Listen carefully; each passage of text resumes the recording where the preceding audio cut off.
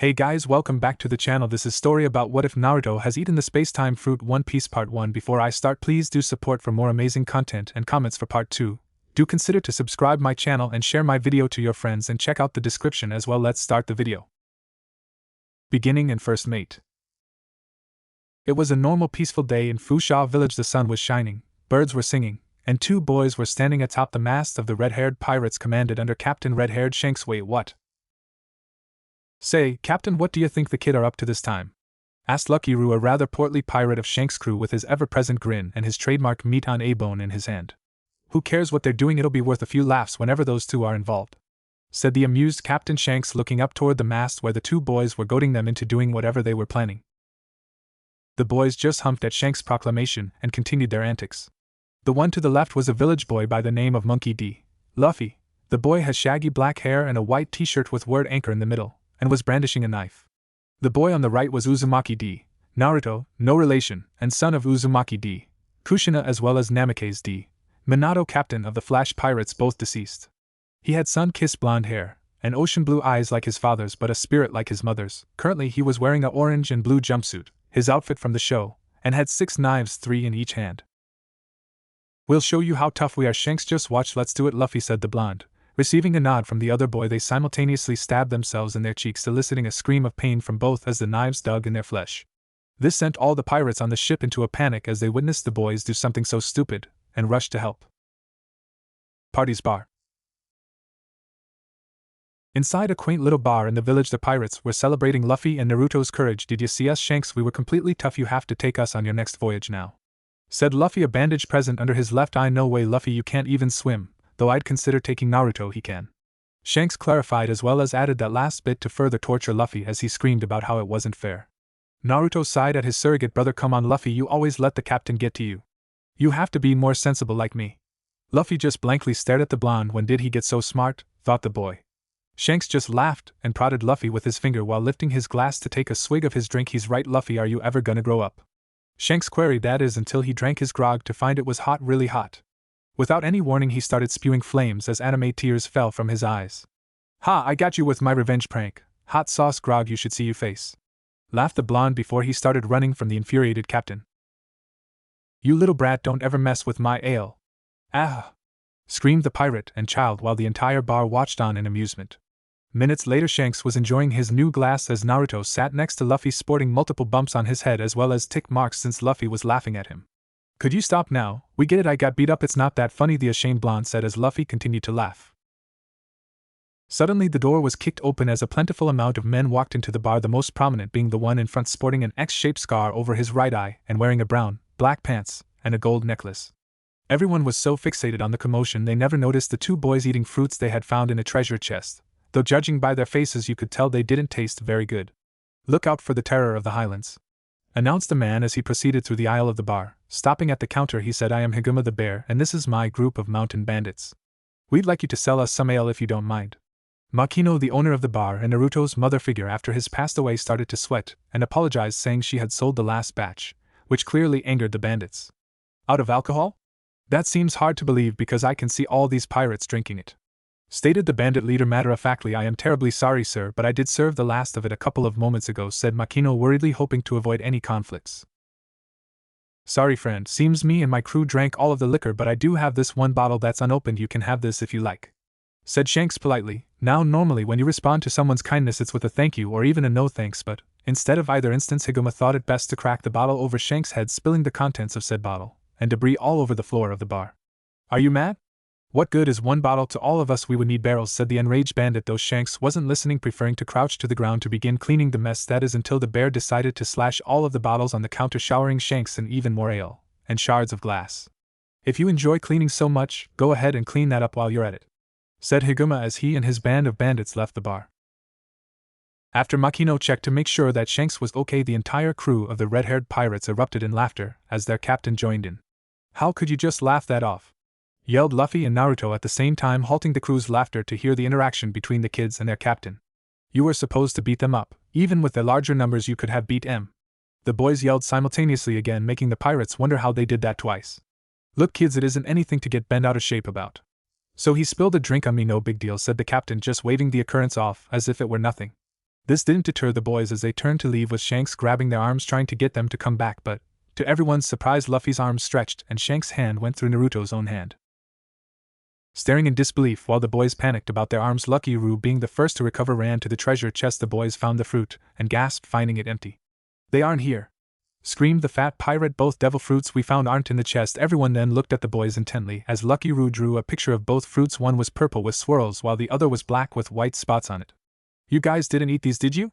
Roo asked as the boys nodded in the affirmative, as well as sweat drops on their heads remembering the fruit's horrible taste. "You fools, you ate devil fruits, now you can never swim again. Those fruits were enchanted by devils of the sea." Shanks explained. "What? Now I can't learn how to swim? This sucks!" screamed Luffy as Naruto screamed too. "Who cares if Luffy can't swim? I could and I enjoyed it. Now I can't do it ever again." Luffy then went for a punch at his brother for his remark, but it went right through him, causing Luffy to crash into a pole. The next day, Luffy found out yesterday that he ate the gum fruit, making his body rubber, allowing him to stretch his extremities to amazing lengths, while Naruto found out that he ate the only fruit of its kind recorded so far, the space-time fruit, allowing him to control space and time at will. Currently the two boys were planning on stealing some fish from the fishmonger they both knew under the guise of buying it. "Hey, Mr. Fishmonger, can I get some fish?" asked Luffy cheerily while Naruto was using his powers to levitate a fish over to him, while the monger was distracted by Luffy. "Hey there, rubber boy, where's your brother? I thought you'd be sad that the pirates left without you, not to mention you can't swim either," the monger stated, though it did little to faze Luffy. "It's alright, me and Naruto are still gonna be pirates, we just need to make sure we don't fall overboard. Besides, it's fun having devil fruit powers," the boy said as he stretched his cheeks. "That's great and all, but..." The fishmonger turned to the levitating fish and grabbed it, and Naruto, after his face became that of a demon's, "Don't use those powers, TOROB, from my shop!" he screamed while the boys cowered as they nodded their heads. That's when the mayor showed up, named Whoop Slap, funny name right? And furrowed his brow at the two. "You two shouldn't be so happy about being freaks, you know. Also Naruto, Luffy, I want you to stop this pirate nonsense, it'll make the village look bad if you became pirates, and blah blah blah," said the mayor while the boys just plugged their ears. Party's bar. Makino was behind the counter cleaning glasses while Luffy was sitting across from her plying with a glass while Naruto was asleep beside him. "I just can't believe it, Makino. I thought they were supposed to be tough, but they didn't stand up for themselves at all," Luffy said, wondering what was up with the red-haired pirates. Makino simply smiled. "Luffy, maybe it just takes more courage not to fight." The woman had stated the correct answer, but Luffy's childhood naivety wouldn't have any of it. "Ah, Makino, you'd have to be a man to understand what I'm getting at," Luffy deadpanned as the bartender giggled. That's right, when the door was kicked open again, which jolted Naruto awake as the brothers stared at the door to see the same mountain bandits from the other day sit down and order drinks. 30 minutes later, Makino rushed and got the mayor and rushed back to her bar to see Higuma roughing Luffy and Naruto up after the boys decided to attack him for speaking ill about Shanks. "What did I do to instigate this? All I was doing was talking to my men, and the next thing I know you two tried to attack me," said the leader as he stepped on the boys repeatedly. "You know what you did, and you better apologize. No one talks bad about Shanks," the boys yelled. "EY, what's going on? Nobody was at the harbor to welcome us back," said the familiar voice of red-haired Shanks as he appeared with his crew. "Oh, it's you mountain bandits again. What's with you two? I thought you trained for situations like this," Shanks stated, then asked the two boys. "Not now, Captain Shanks, we were getting ready to finish them," Luffy said. Shanks then began to walk forward when a nameless bandit pointed a gun at his head. "Don't move if you want to live, pirate," the bandit said. That's when Shanks turned just his head toward him. "You know it's not safe to point guns," the Straw Hat Captain said, confusing the bandits until Lucky Roo suddenly appeared by his side and shot him, surprising the bandits at how swiftly the fat man moved.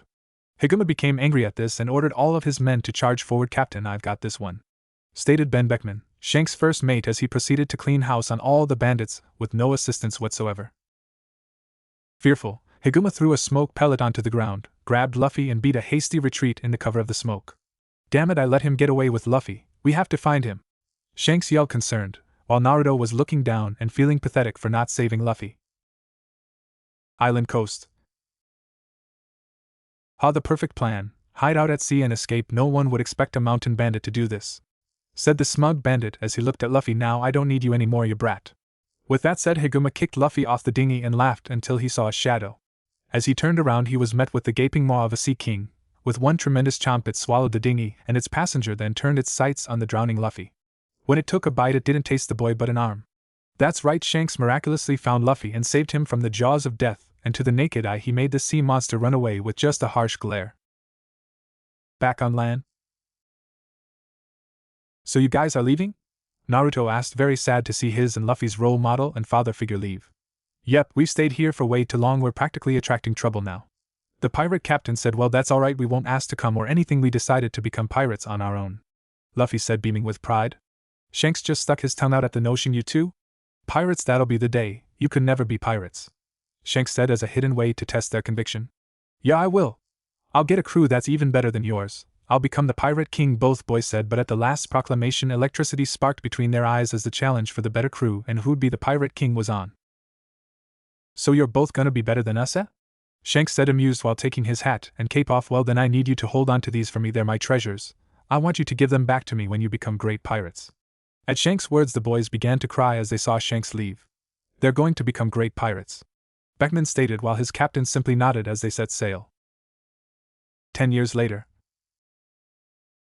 Makino and the entire village were at the coast watching as the two brothers headed out on separate dinghies. There they go, Mayor. Sure, I'm going to miss them. Makino said. The mayor just sighed. If they do become great pirates, they'll bring shame to the village.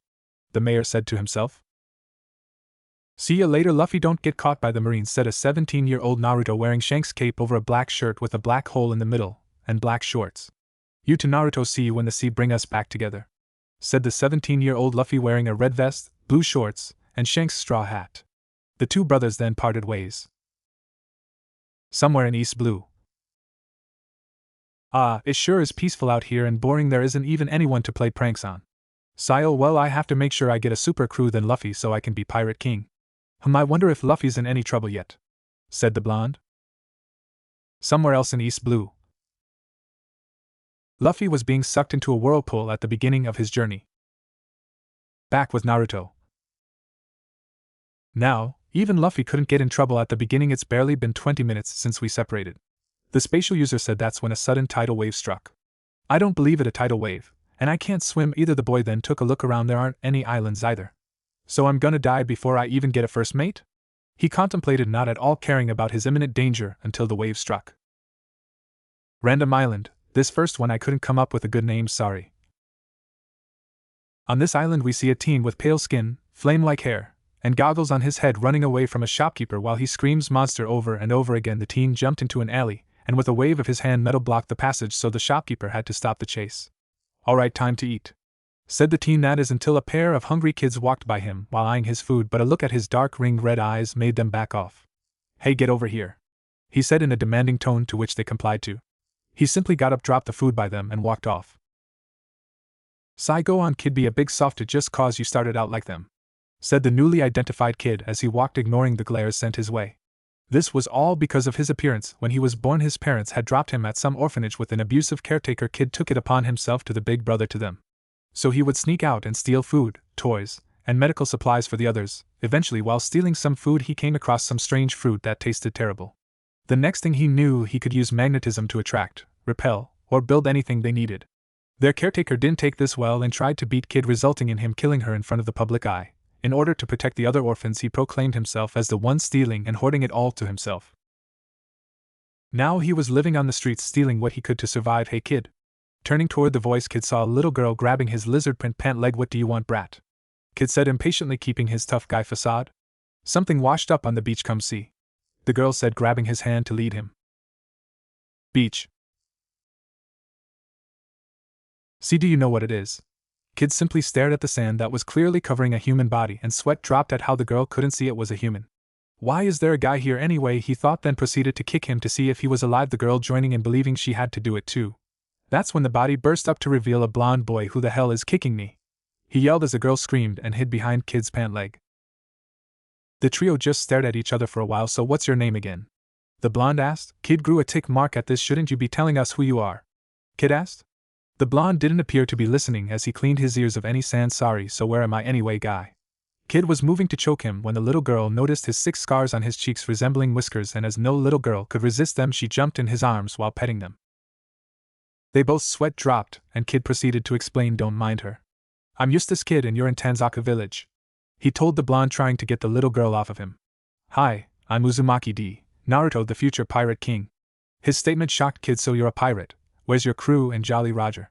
He asked for the basics of pirates. The blonde simply said, don't have 'em yet, I just started today. Kid just sighed, well, might as well show you around till you get a new boat. he said, noticing the splinters. Yeah, thanks. Off the coast. Captain Killer, we are approaching an island, said a pirate with white hair and a zombie-like appearance was all that was heard from the captain in strange headgear and blonde hair sticking out the back. Head towards it, I'm feeling like a slaughter, Killer stated as the ship turned toward the island. Tanzaka Village, restaurant. What's up with the stairs, did you prank them or something? The oblivious blonde asked as he held the girl whose name he learned was Trisha. No, you wouldn't understand what I had to go through, Kid said. Try me? Was the captain's reply, after hearing Kid's tale. Naruto was crying what he called manly tears. That is so touching, you sacrificed your own reputation for kids. Alright, you're joining my crew, the blonde said, leaving no room for argument, while Kid sat there mouth agape. You can't be serious. I mean, I want to be a pirate but not under someone unless I absolutely have to, and besides these brats need someone to watch over them. He motioned to Trisha. Come on and join already, besides my brother you're the only other friend I've got, the ocean-eyed boy said. After the word friend, Kid felt like going. Besides his surrogate brothers and sisters that got off the island, he had no one. Trisha was the only one to talk to him, while everyone else glared hatefully at him. Well. Before Kid could answer, the pirate alarm went off. What's that? Naruto asked, but when he turned around, Eustace was gone. Outside.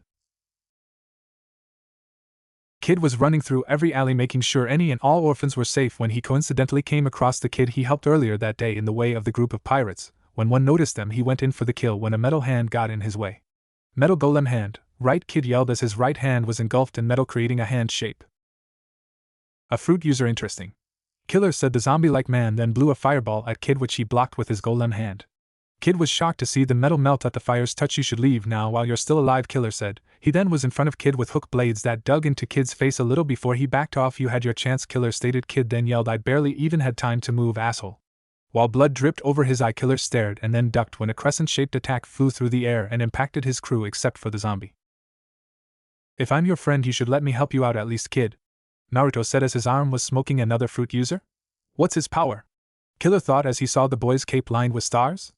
Think how Blackbeard's powers seep into his coat. I'll take out headgear, you get the zombie. Kid nodded while he reformed his metal hand.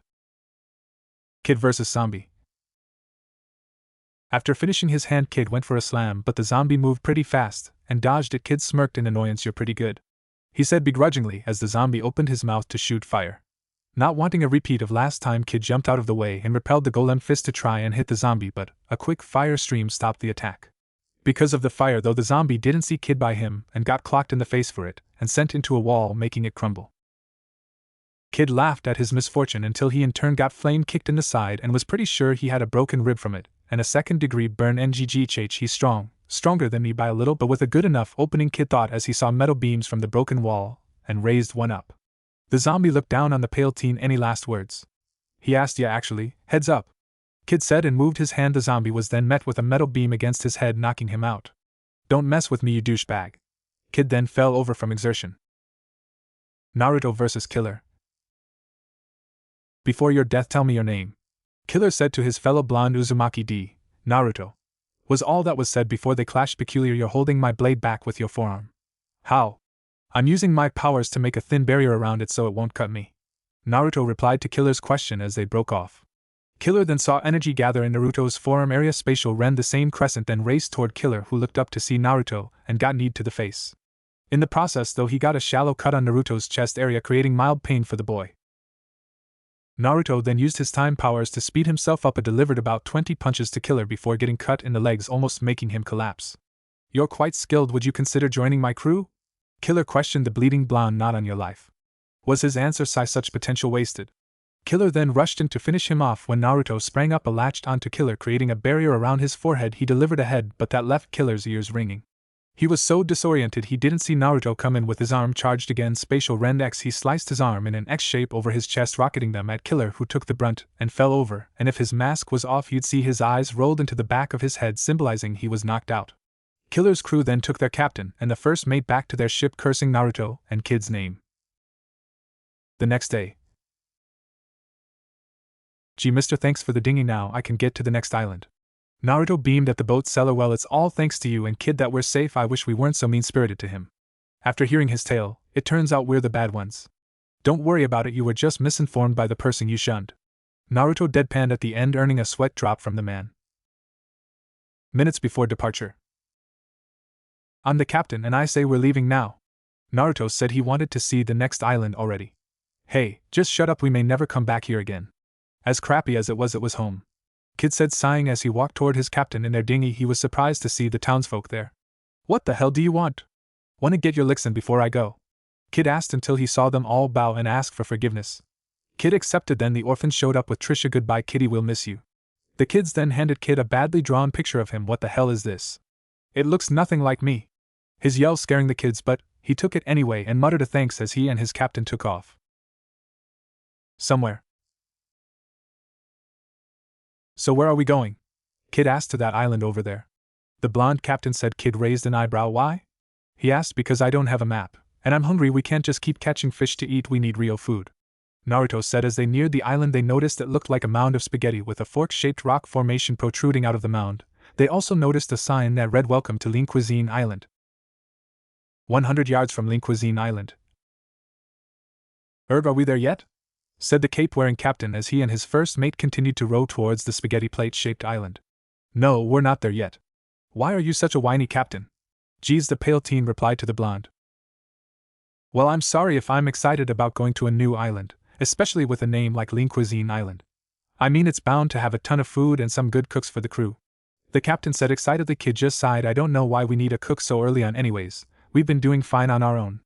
Kid stated nonchalantly. Naruto decided to elaborate. We need a cook because we can't survive on caught fish for our entire journey, and it's better to get one now than whoosh. Did you hear that? The captain and first mate looked around to see a ton of boats of all shapes and sizes rushing toward the island at speeds only seen in anime. Wonder what the rush is about? Kid stated as his captain gaped behind him. Start rowing. He screamed. Kid, becoming confused, looked behind himself to see a giant pink ship headed toward their dinghy with Bonnie's Foods printed onto the main sail. Not only that, but it seemed to be running the fleeing ships down on purpose. After witnessing this, Kid picked up the rowing with his captain in an attempt to outrun the ship. Speed it up, Kid, it's gaining on us. I'm rowing as fast as I can. The two argued. Wait, I have an idea. Naruto then stopped rowing and crouched down in the dinghy as it started to change into a black color, with what looked like stars. Not only the dinghy changed though, Kid and Naruto took on the same color scheme. The ship was then upon them, and as all hope seemed lost, the dinghy and its two passengers phased through the hull and appeared in the storage of the ship. Whoa, what the hell was that? How are we in the ship? Kid asked, amazed at the sudden change in scenery. I used my Logia fruit powers to phase us through, but the problem is it takes a lot of effort to do. The captain explained with a little blood leaking out of his nose from the exertion used to get them inside the ship. The duo then silently walked up the stairs to see who was the one steering. Upon reaching the top of the stairs, they saw a pink-haired woman at the helm, seemingly enjoying the carnage she was inflicting on the boaters that were unfortunate enough to be in her way. Out of the way, men, or get run over by the greatest emasculator on this island, Jewelry Bonnie, said the now identified Jewelry Bonnie. At the woman's proclamation, both of her stowaways of the male gender paled. In Kid's case, he became see-through. Okay, how about we sneak back downstairs, grab the dinghy, and get the hell out of here? Naruto said in panic of what could happen to them while on this ship, as his first mate nodded quickly. Both of the pirates ran back down to the hold, grabbed their dinghy and hightailed it back up. Just as they seemed home free, Naruto stopped at the top of the stairs, seeing his death in clothing that was way too small for her, he might add. Hey, what's the hold up there? Kid called up to his frozen captain until he heard her voice. What the hell do you think you're doing on my ship? The owner yelled at them. We are so dead, they thought simultaneously as she started cracking her knuckles. Sorry, mister. Naruto thought as he flung the small boat at her. What the hell, man, that will only make her madder. Kid said worriedly, it's a price I'm willing to take, now come on. Naruto said as they both started running, but abruptly stopped after 2 steps. Hey kid, how are we gonna get off the ship? The cape wearer deadpanned. I haven't the damnedest clue, he replied. They then noticed that the woman was upon them. So you think it's funny to throw boats at me, huh? She asked threateningly. She then delivered a punch to each of their cheeks that sent them flying. Lean Cuisine Island. Luckily for both devil fruit users, they landed on Lean Cuisine Island, though it was headfirst in the dirt, but they survived their encounter nonetheless. Oh, well, at least we're alive, the captain said cheerfully until he was bopped over the head by his subordinate. You idiot, you're lucky we didn't land in the ocean, he yelled, then noticed a stare from the people. What the hell are you looking at? Kid yelled. He never enjoyed being stared at in his own village. He wasn't gonna let these guys do it. After their landing fiasco, the 2 pirates walked down the dirt path trying to find a decent place to eat, but none of the restaurants stuck out to them. That is until they smelled something really good coming from one and rushed in without reading the sign that clearly said Bonnie's Foods. Bonnie's Foods? Inside the restaurant there was a vast amount of people eating there, making the two realize that this was a pretty popular place. Wow, this place is booming. Naruto stated the obvious as they took seats at the counter. What can I get for you two? Asked an old man with gray hair and glasses on his green eyes. I want a miso ramen if you please. Guess who? A steak well done. Kid asked. Alright, be right back. After eating their food they kept eating more and more as the day went on. Wow, you eat almost as much as my daughter, a couple more plates, and you'd beat her record. The man's name they learned during their meal was Peter Bonney. They felt as if they had heard that last name before but shrugged it off. So how do you plan on paying for all of this anyway, gentlemen? That statement made both pirates freeze while eating their food. They whispered to each other, we are pirates, we could just leave without paying. Kid stated, well yeah, but he was so nice about asking, it wouldn't seem right, the captain said in defense. Sighing, the captain did the responsible thing, we can't pay. Peter simply rubbed his chin. Alright, I suppose you could work off your debt for a week. My daughter will show you the ropes, she's been working here since she was a child. Thud, looks like she's here already. Bonnie, show our temporary workers the ropes, would you? Peter said as he went in the back. The two pirates turned to see the woman who sent them here on the Knuckle Express. The three just gaped at each other while pointing, it's you. They all shouted. Wait a sec, kid, we're in Bonnie's foods right now. The blonde pointed out. Took him long enough, didn't it? Damn, was his simple reply. What the hell do you think you're doing in my dad's restaurant? The pinkette asked, anger clearly showing. Well, we're your new interns it seems. Also sorry about stowing away on your ship. It was just that you were running people over and we didn't feel like dying today. Naruto said, shooting his grin at her. That grin made her feel strange, but Jewelry just shook it off, keeping an angry face on them. 3 days later. The two pirates had hated the past 3 days working at the family restaurant. This was mostly due to Jewelry's hostility towards them, as well as anyone of the same gender, but it was mostly because they couldn't do the simplest things without messing it up. Man, I bet Luffy doesn't have to deal with this stuff, Naruto said while handing out flyers to the restaurant, because that seemed to be the only job they couldn't mess up. Stop your whining, we only have to deal with this for 2 more days anyway, Kid stated while laying against a tree. You're one to talk, you aren't even working. The blue-eyed boy yelled indignantly.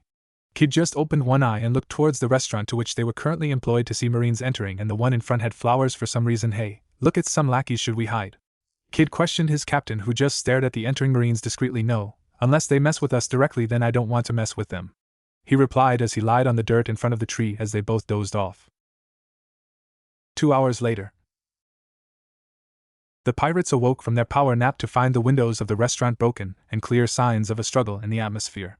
The rookies walked in to find their temporary employer on the ground looking a bit roughed up. Old man, what happened?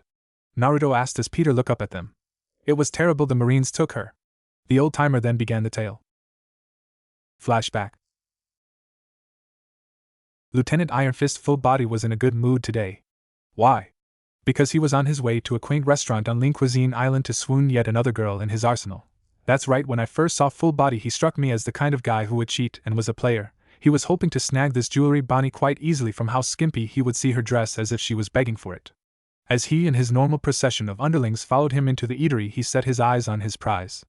Hello, my dear, I couldn't help but notice you from afar and just had to have you. Take these roses as a token of affection, Full Body said as he turned on his charm, not noticing her obvious scowl. Well, aren't you sweet?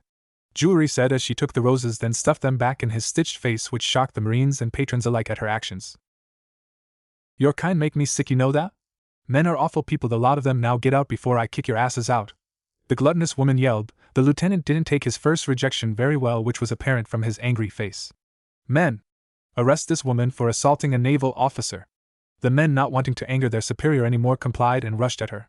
Upon entering her proximity, all the Marines turned into children. Impossible. A fruit user in the East Blue, it's unheard of, the iron-fisted man said in disbelief. Of course they had stone handcuffs for this occasion, but they never expected to have to use them. Is this the best the Marines can do? And we trust you to protect us from pirates, she said, lording over them. That is, until a Marine that was outside of her range slapped the cuffs on her. I couldn't resist, rendering her powerless. Once again couldn't resist. For your offense you will be imprisoned in the naval base stationed here, Full Body said smugly. Peter tried to put up a fight to save his daughter, though it was a futile effort. End flashback. After hearing the tale, the pirate had stern faces turned, and headed out of the eatery. We'll get her back for you, old man, the captain said seriously. Why would you do this for me? The father asked, genuinely confused as to why pirates would even care. Well, it's because we still work for you for 2 more days, and this would qualify as working for you, the flame-haired teen answered, and with that they ran off. Naval Base. Currently in the naval base was Captain Smoker with his subordinate Tashiji to see a supposed high-profile pirate, but he had his suspicions on this matter. Full body, I hope this isn't some hoax. I don't like to be called for nothing. The consistently stern Marine said to the lieutenant, trust me, Captain Smoker, she's a danger. She bears the power of some undetermined fruit. She could use it to transform powerful figures into snot-nosed children, or even drooling seniors. Full body said worriedly, hoping the captain didn't stress the matter, and take the bitch that refused him away. Perhaps he's right, Smoker, she could prove dangerous if in contact with the warlords, or even the admirals. Tashiji said while talking to a random Marine. Tashiji, put your damn glasses on. The irate captain said to his ensign, who started apologizing left and right. Boom, did you hear that, Captain? The clumsy woman asked her superior, who just furrowed his brow, which was the only answer she needed as she got in her sword stance. Hey! Are you here? A loud voice was heard, until a resounding crack was heard. You idiot, don't tell them who we're looking for. Now they're gonna up defenses around her. A second voice was heard that was more irate, while the first voice mumbled about not hitting the captain or something to that effect. Then two new faces passed by the Marines, and both weren't Marines by their clothes. The blonde one stopped suddenly and backtracked to the group. Hey, do you guys know where a pink-haired girl is? She has a bit of a temper towards all males. He asked them nonchalantly. So what if we do? Smoker asked. We need to free her, for her dad. After all, we work for the guy for TWMMPH, Naruto explained till Kid covered his mouth and ran. Were you dropped on your head as a baby, or something? Geez. Seriously, you're giving away our whole reason for being here. Kid chastised until he saw smoke. You're obviously a part of that woman's crew, if you are here to save her. The captain stated as if he knew everything. No way, her dad wants her back, so we're bringing her back. Though if her attitude changes, she would be a shoo-in for our cook. Naruto said, rambling on and on. While this was going on, Kid left him there, and went for a swing, but was surprised to find he had turned to smoke. The next thing Kid knew, he was knocked away by Smoker's jutty. Ah, what the hell, a Logia type, I hate those. Eustace yelled in the air angrily. Kid, I want you to go ahead and get Bonnie, I'll take care of Smokey here. The blue-eyed teen said as his cape took on the look of the night sky, showing he was prepped for a fight. Kid nodded to his captain and rushed past Smoker, who didn't move, deciding to take out the captain of this ragtag pirate crew. Naruto versus Captain Smoker. Both of the men on opposite sides of the law stared each other down, in an attempt to find an opening. This is pretty sweet, you know, I always wanted to measure myself up to a powerful Marine. You seem to be the real deal. Naruto said with a grin. The grin then faded as he rushed forward to punch his fellow captain, only to go right through him. Smoker then took his chance and swung his jutty. Naruto stood there believing his Logia powers would protect him. To the blonde's surprise, it impacted him in the cheek, bruising it, and then got hit in the stomach. What the hell, you hit me? What's that thing made out of? The confused teen asked. It's made out of sea stone. This stone radiates the same energy as the ocean does, making devil fruit users feel as if they've fallen into the ocean. Smoker explained. Damn, I don't have any of that on me. How am I supposed to win if I can't hit him? The pirate, though his cape flowing behind him, he then looked towards his cape and thought, I can use my spatial manipulation the moment my attack is about to hit in order to have him solid, and I have the perfect way to do it too. He inwardly smirked at his idea. Naruto stood and rubbed his sore cheek as he stared intently at Smoker. You should just give up, kid. There's no way you can beat me at your skill level. Smoker said in a no chance kind of voice. You say that just because I don't have a bounty yet, but after this I'll have one. After all, beating a captain will do that to you. The boy chuckled at Smoker's irked face. And how do you plan on accomplishing this? He asked the no-name pirate.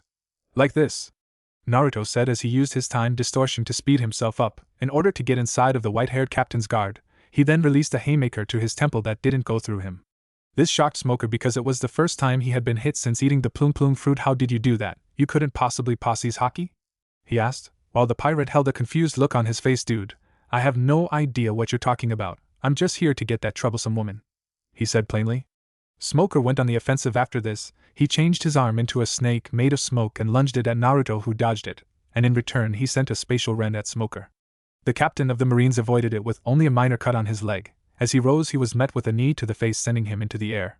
Using his powers, Smoker halted himself and rushed at the blonde. He took out his jutty and nailed him in the leg hard enough that he believed he broke it out. You son of a bitch, that seriously hurts. Damn it! Naruto screamed in agony. He wouldn't be able to stand up for long on his bum leg. I need to finish this now. Naruto thought as he wobbly got up. You obviously can't go on, you should give it up now, Smoker said, underestimating the Cape pirate. That's where you are wrong, Smokey. I still have some tricks left. Hope to fight you again though, the pirate said, confusing the Marine. Suddenly, Naruto was in front of Smoker using his time abilities to speed up his punches to the point that it looked like he had multiple fists. Fast forward barrage, the blonde called out as he pummeled the smoking captain until he saw him lose consciousness. My name is Naruto D. Uzumaki the space pirate, and don't forget it! He screamed as he limped in Kid's direction. Earlier. After leaving his captain behind, Kid immediately ran through every hall of the base searching for the temperamental pink-haired cook. Where the hell is she? I was so sure that she'd be around here. Kid said, hearing the explosions of his captain's fight, and shuddered along with the rest of the building at the fight's sheer magnitude. Damn, Naruto must be serious about this Smoker guy. Kid continued his sprint when he came across that swordswoman that was hanging around the Navy captain standing in front of Bonnie's cell. Hey, lady, would you mind getting out of the way? I have to get that girl behind per captain's orders. Kid said, trying the polite approach first, before beating her up. No, you pirates can't have her. I may not agree with the lieutenant's reasons for imprisoning her, but if you pirates want her, she is obviously important to you. Tashigi replied. Kid sighed at her. I was hoping to get this done the easy way. He deadpanned. Suddenly Tashigi was upon him, taking slash after slash at the pirate, who dodged them effortlessly and jumped back. Listen, lady, you're way out of your league fighting me. Try again in a few years. Kid stated, picking his ear clean while ignoring the fuming woman. Take me seriously, damn it. I worked hard to get this position, and I won't allow an no-name pirate berate me. Tashigi screamed at him. You think that means anything to me? Power to you for gaining your position through hard work and all, but it means nothing if you don't have the power to back it up. Oh, and FYI, we're not gonna be no-names after this little skirmish, the flame-haired youth explained. Kid then activated his powers, and took Tashigi's sword, Autumn Rain, into his hands to examine it in mock interest. Give that back, that sword is going to help me achieve my dream. The girl yelled. Kid barely took notice, and smirked inwardly. So Marines have dreams too, huh? I have to say it's surprising. I mean, after all, you guys kill dreams. Kid spoke calmly, thinking of any and all pirates who might have set out on the sea for adventure rather than plunder. I wouldn't expect a pirate to understand. You all are just monsters. Tashigi denied Kid's claims. That's when she was punched in the stomach and passed out. Kid looked down on her and sighed. Dropping Autumn Rain by the ensign, he sat in front of the cell and peered at its occupant. Why are you helping me?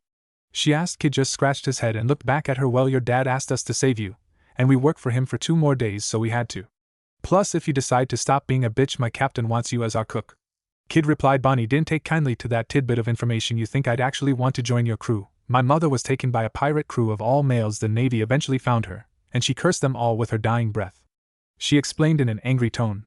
Ironically, Naruto showed up limping towards the two with an angry expression on his scarred face. Ain't that a bunch of bull? Do you really believe that she wanted you to hate all males for the rest of your life? Not all men are the same. Take us for example. Even if it's an obligation, we're risking our lives to save you, so now pull your head out of your ass and come on. Naruto said his speech confidently with dramatic lighting shining on him. Somehow, Bonnie simply stared at him as he spoke to her. She couldn't deny that they risked their lives to get her. Naruto even fought a captain, and got his leg broken to save her. All she could do is look down in shame for her short-sightedness at only one instance. Alright, let's go. The girl said as Kid looked surprised that his captain's speech actually worked, and his captain gave a large grin. Good, because I can't stand anymore.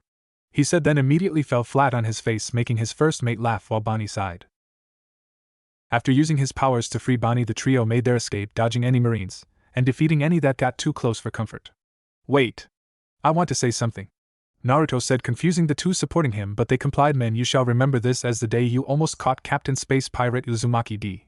Naruto WWW. He yelled from the hit that his cook gave him. Now's not the time to be gloating, she said as she repeatedly clocked him, until he was knocked out.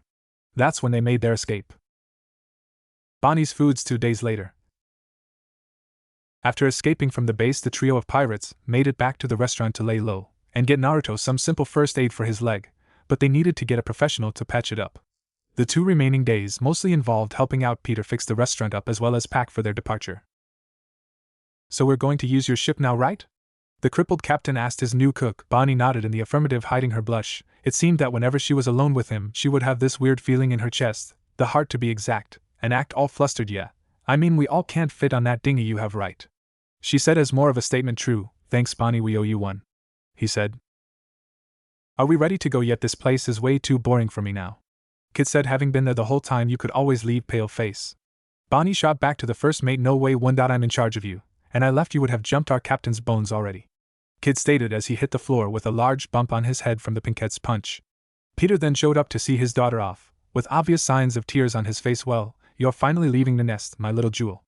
the father said with sadness as his daughter flushed in embarrassment at his nickname, and her crewmates snickered under their breath at her misfortune.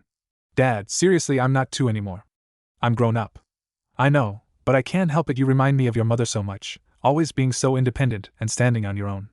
You boys listen, I want you to treat her right, and keep her safe or I'll find you. Peter said seriously to the pirates, who just nodded their heads as they set sail and waved goodbye to the old restaurant owner. See.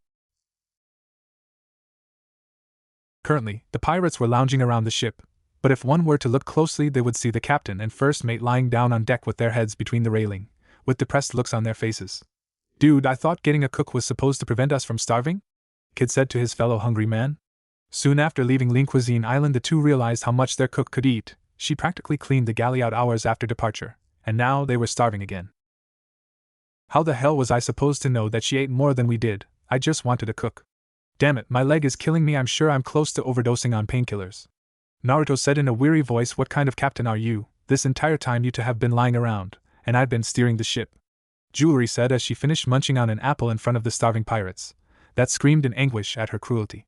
Please tell me we're at the next island so we can get some food, I think I lost some weight since leaving. The pale teen screamed to the heavens hoping someone would answer his prayer. You're lucky the next island is coming into view right now, and it's the perfect place for Naruto to get his leg fixed. The woman of the crew said as the trio looked out to the plain-looking island. Doc, wow, this island is very sterile? Kid started and Jewelry finished as they looked at the island they were on, which was basically all white and clean without a single speck of dirt anywhere.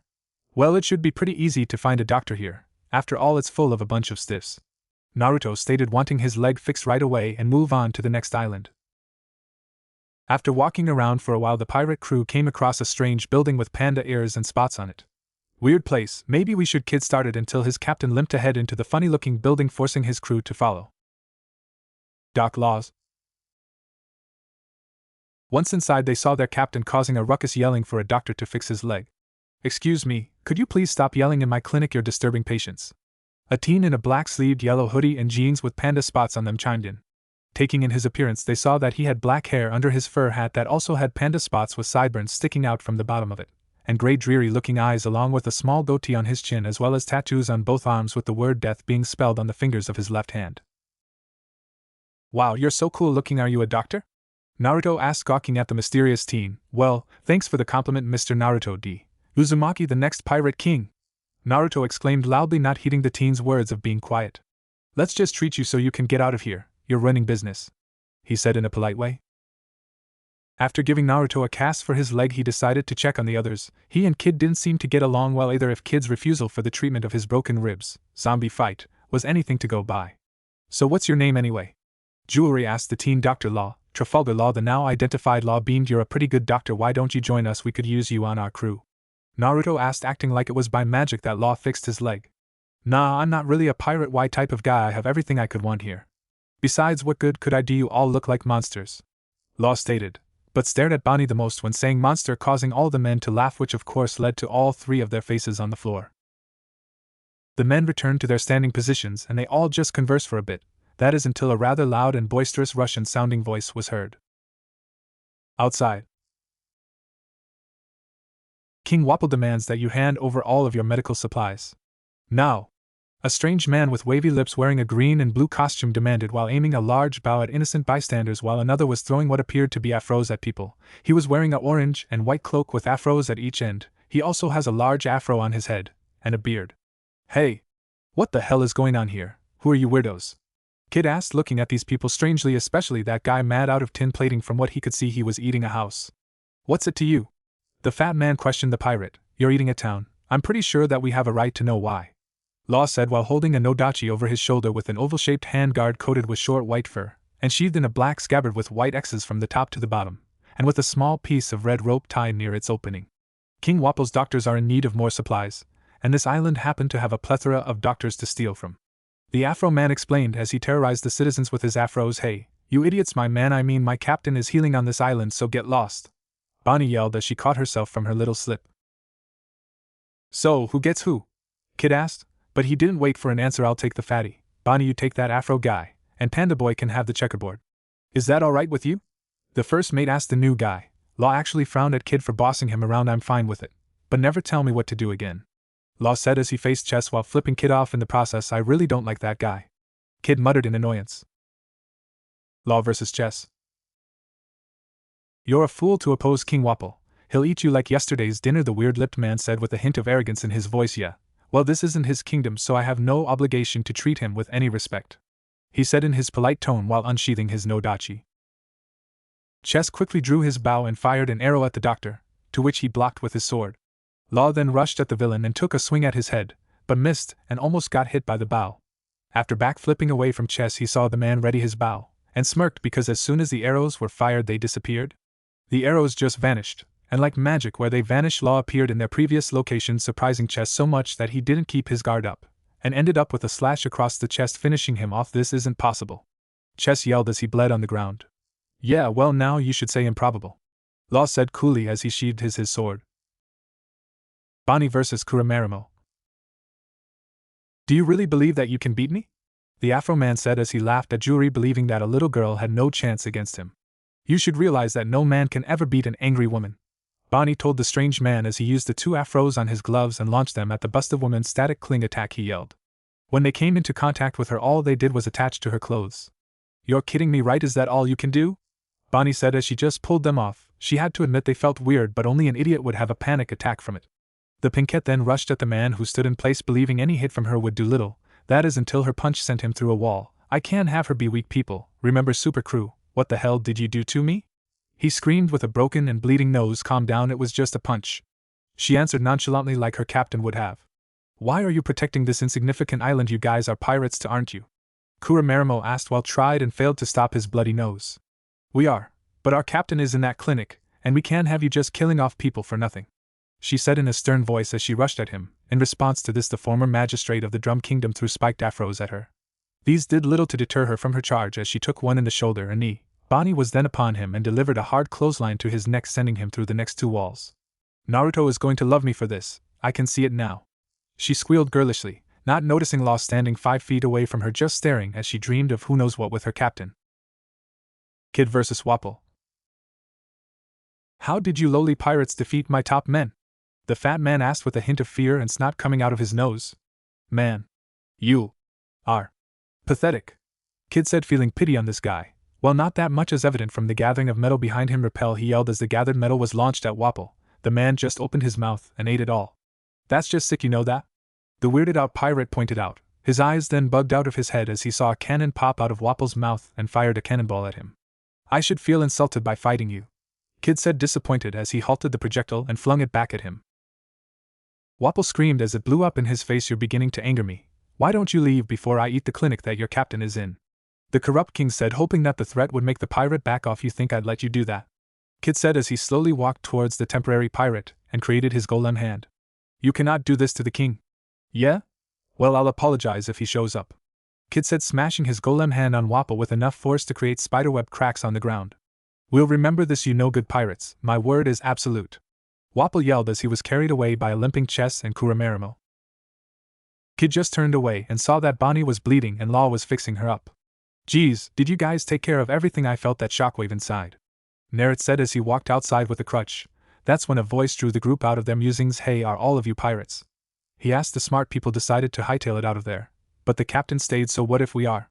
He asked, until a flash interrupted him. You're the pirate that Captain Smoker was talking about. I may not have gotten all of you, but you'll be hunted now, the obvious Marine said as he ran. Great, now you're gonna get bounty, and we'll be in the thick of it, Kid said with a facepalm. Law sighed as well. I guess I'm with you guys now. I can't be endangering everyone here, he decided. Yeah. Finally a doctor, a force member is the best kind, Naruto said as he danced around as best he could with a crutch while Bonnie was sighing longingly at him. Just stay out of my way, Panda Boy, Kid threatened. Oh ho, Mr. First Mate, feeling threatened by the new guy. Keep an eye on that position, I might just take it from you. Law shot back, and if you looked close enough you would see lightning between Law and Kid's eyes, as the crew of 4 moved toward the ship. Next day, Law settled in well on the ship, and the new member had a great welcome. Like all new members, got a great party with plenty of food and grog. Man, that was an awesome party last night. Now I'm bored again, Naruto said and got a punch to the head for his troubles. We just got left an island. We probably won't find another, for there's an island with smoke rising from it, Kid pointed out to the others, who soon gathered to see. Well, we are not going there, so let's just adventure, Naruto said, cutting her off as he took the helm and steered to the island, with his unwilling cook and battle-ready doctor and first mate. Island. Upon arrival, the crew of the galactic pirates saw only forest and nothing else, meaning it was supposed to be uninhabited, but what really stuck out were the fires all around. Maybe we just missed it, Bonnie said, a little frightened of what could be here, but all the men of the crew just surveyed the area slowly with hard looks, knowing that whoever did this would pay. As they were about to leave, they heard a yell and dashed to its origin. Why? We haven't done anything to you to deserve this. A man with a large green afro, black beard, and was trapped in a treasure chest. I've told you before that you didn't do anything, I just felt like it. A man with raven black hair said as he kicked the man. Hey! What the hell is your problem, duckbutt? Naruto yelled, not at all liking this guy. How dare you, you no-name loser. I am Sasuke Uchiha, a pirate from the elemental countries. The now-named Sasuke said, thoroughly shocking. Naruto, you're from my home? He asked. Naruto held no love for his home. It was so bad. According to his mother, it was the reason he was raised in Fusha. She had said they were going to use himself to sire more Namikes for the village. Yeah, so? He asked, clearly annoyed. That's when a pink-haired girl came through and dropped what looked like a rooster/fox. The galactic pirates all glared at her, while the box man looked sad. Look, Sasuke, won't this be the cutest coat? She asked in a giddy voice. Hey, why don't you put that creature down, bitch, before you get hurt? Kid said, rage in his voice clear. Who are you to boss me around, you weakling? She stated as Kid just stared at her with critical eyes. I swear if she says something like that to me again, she's going down, he thought. Why don't you and your band of misfits run along? And she never finished as she was struck in the gut by Kid, and she went flying through several trees. HNN, it appears you have some strength, Sasuke said as he looked mildly interested. How could he do that to Sakura? She was trained by Tsunade. He thought you should leave. Naruto said as his cape blew in an intimidating fashion as he stared at Sasuke while Kid hung back, and Law and Jewelry checked on Gaiman. Why should I? He asked. Because you're out of our league. Why don't you gain some experience out here before fighting me? Naruto said, bored of the conversation, and turned his back on him. Sasuke became enraged at being talked down to and charged at Naruto, who let his futile attack pass through him, and punched him in the face so hard he broke a few teeth and his nose. He yelled, see what I mean? You can't even take one of my punches. From seeing how you act, you like to be strongest, so why don't you go to the Grand Line and gain some strength so you can have a chance next time?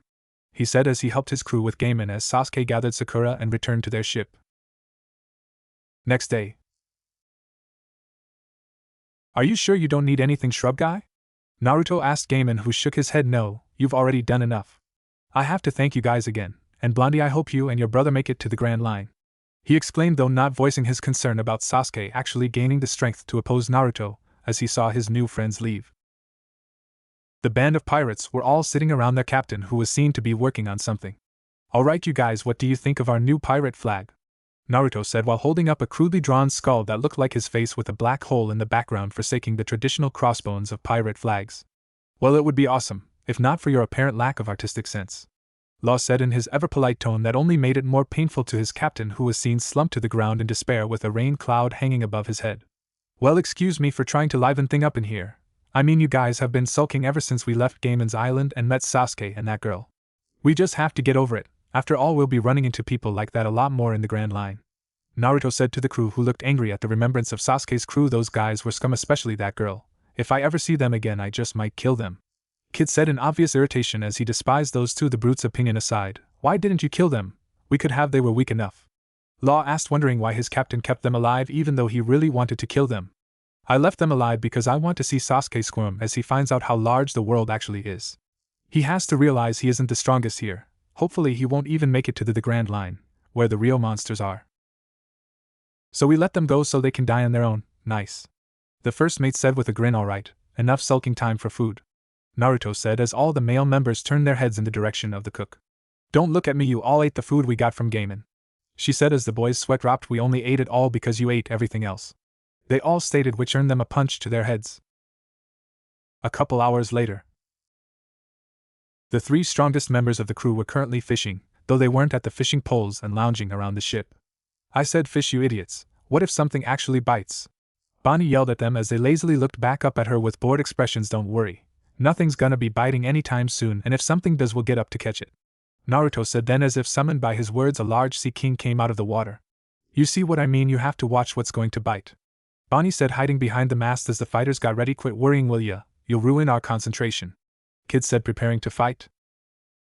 As they got ready to fight, another sea monster came out of the ocean and ate the other one, This new one looked a lot like a cow though. It also didn't seem to notice them and resubmerged itself. The beast submerging caused the ship to tip over. Hang on, Naruto said, though he was comically not following his own advice and fell overboard, making his crew's mouths hit the deck. You idiot, you can't swim, Kid said as he jumped in after his captain, forgetting that he couldn't swim either. Damn it, as the doctor of this ship it's my duty to go after them, Law said as he pounded his fist to his chest and jumped in as well. Are all three of them idiots? Bonnie thought, surprised at the spectacle. Soon the waves stopped, and the cook grabbed the fishing net and threw it in. After a couple minutes she felt them inside of the net, and pulled them up. Why didn't you jump in after us? All three of them yelled at her. Because I'm not stupid, and I remember that I can't swim unlike you idiots, she said matter-of-factly. It's the thought that counts, you know, but that is a good point. We all have devil fruit powers, so what if we fall overboard? We'll drown. We need swimmers, so if we do fall someone can get us, but he has to be strong. Naruto said. Cool, a strong swimmer will come in handy, Law said as he took his hat off and started flicking the water off of it right onto Kid, which made them break into a fight as the other two members sighed at their antics. Unknown Island. The crew was currently on course with a mysterious island that had a lot of trees from what they could see. Creepy. I think we should steer clear of this island, Bonnie said, a tiny bit scared. Not that she would show it. No way, there's someone on that island. Maybe we could get them to join the crew, Naruto said, seeing the small one-man boat that the others saw as well, though Jewelry was the only one who examined the boat thoroughly and was frightened by its looks. The strange boat seemed to be a coffin with a black sail and green candles. Can we please turn back? There's no way a guy with that creepy a boat would join us, Jewelry pleaded to her captain in order to deter him from his scheme. No way, if he gives us trouble then we'll beat him up and make him join, Naruto exclaimed with a grin as the others' sweat dropped, and in Bonnie's case cried anime tears. As the group of pirates disembarked, they surveyed their surroundings as they trekked onward. Whoa, what do you think brought this down? Kid asked as he along with the others saw a huge tiger on the ground with a copious amount of blood on the ground from a slash wound. Come on you guys. Can't we just go? Who could kill something like that? Bonnie asked, her fear quite apparent at this point, but to her ire Naruto, Kid, and Law raised their hands at her question, knowing full well they could easily have killed that tiger. I mean someone normal. She yelled at them. While I apologize, Ms. Cook, but no one normal could slay a tiger this large. The calm reply came from none other than Trafalgar Law as she just sighed. Hey, what do you think you're doing on this island? A French-sounding voice asked as the pirates turned to address the man. The three smarter members paled at him, while Naruto remained clueless. The man was tall and lean. He sported a short beard and sideburns. The man also had strangely colored yellow eyes, like a hawk's. He wore a wide-brimmed black hat decorated with a large plume, an open shirt with a red-violet collar, and sleeves decorated with flower patterns showing his chest. He also had a black vest and cape, and white pants held up by a decorated belt and tucked inside large boots, and what stuck out the most was his large black sword with a guard in the shape of a cross. We were looking for someone with a coffin boat. Is it yours? Naruto asked as his crewmates just looked at him in shock. Naruto, do you know who that is? That's Dracula Mihawk, one of the 7 warlords of the sea, and the world's greatest swordsman, Kid said with a mix of excitement and anxiety. Cool, I've heard about the warlords, so why did you decide to give up pirating and work for the Navy? Naruto asked Mihawk calmly. Despite the man's stature, it's none of your concern why I would join the world government. Now, why don't you small-timers move along before you get hurt? The swordsman said as he turned his back on them. Bonnie, Kid, and Law didn't like being called small-timers by anyone, but they felt that he could get away with it for now. As they turned to leave, a spatial rend was flung at the warlord, who calmly ducked out of the way.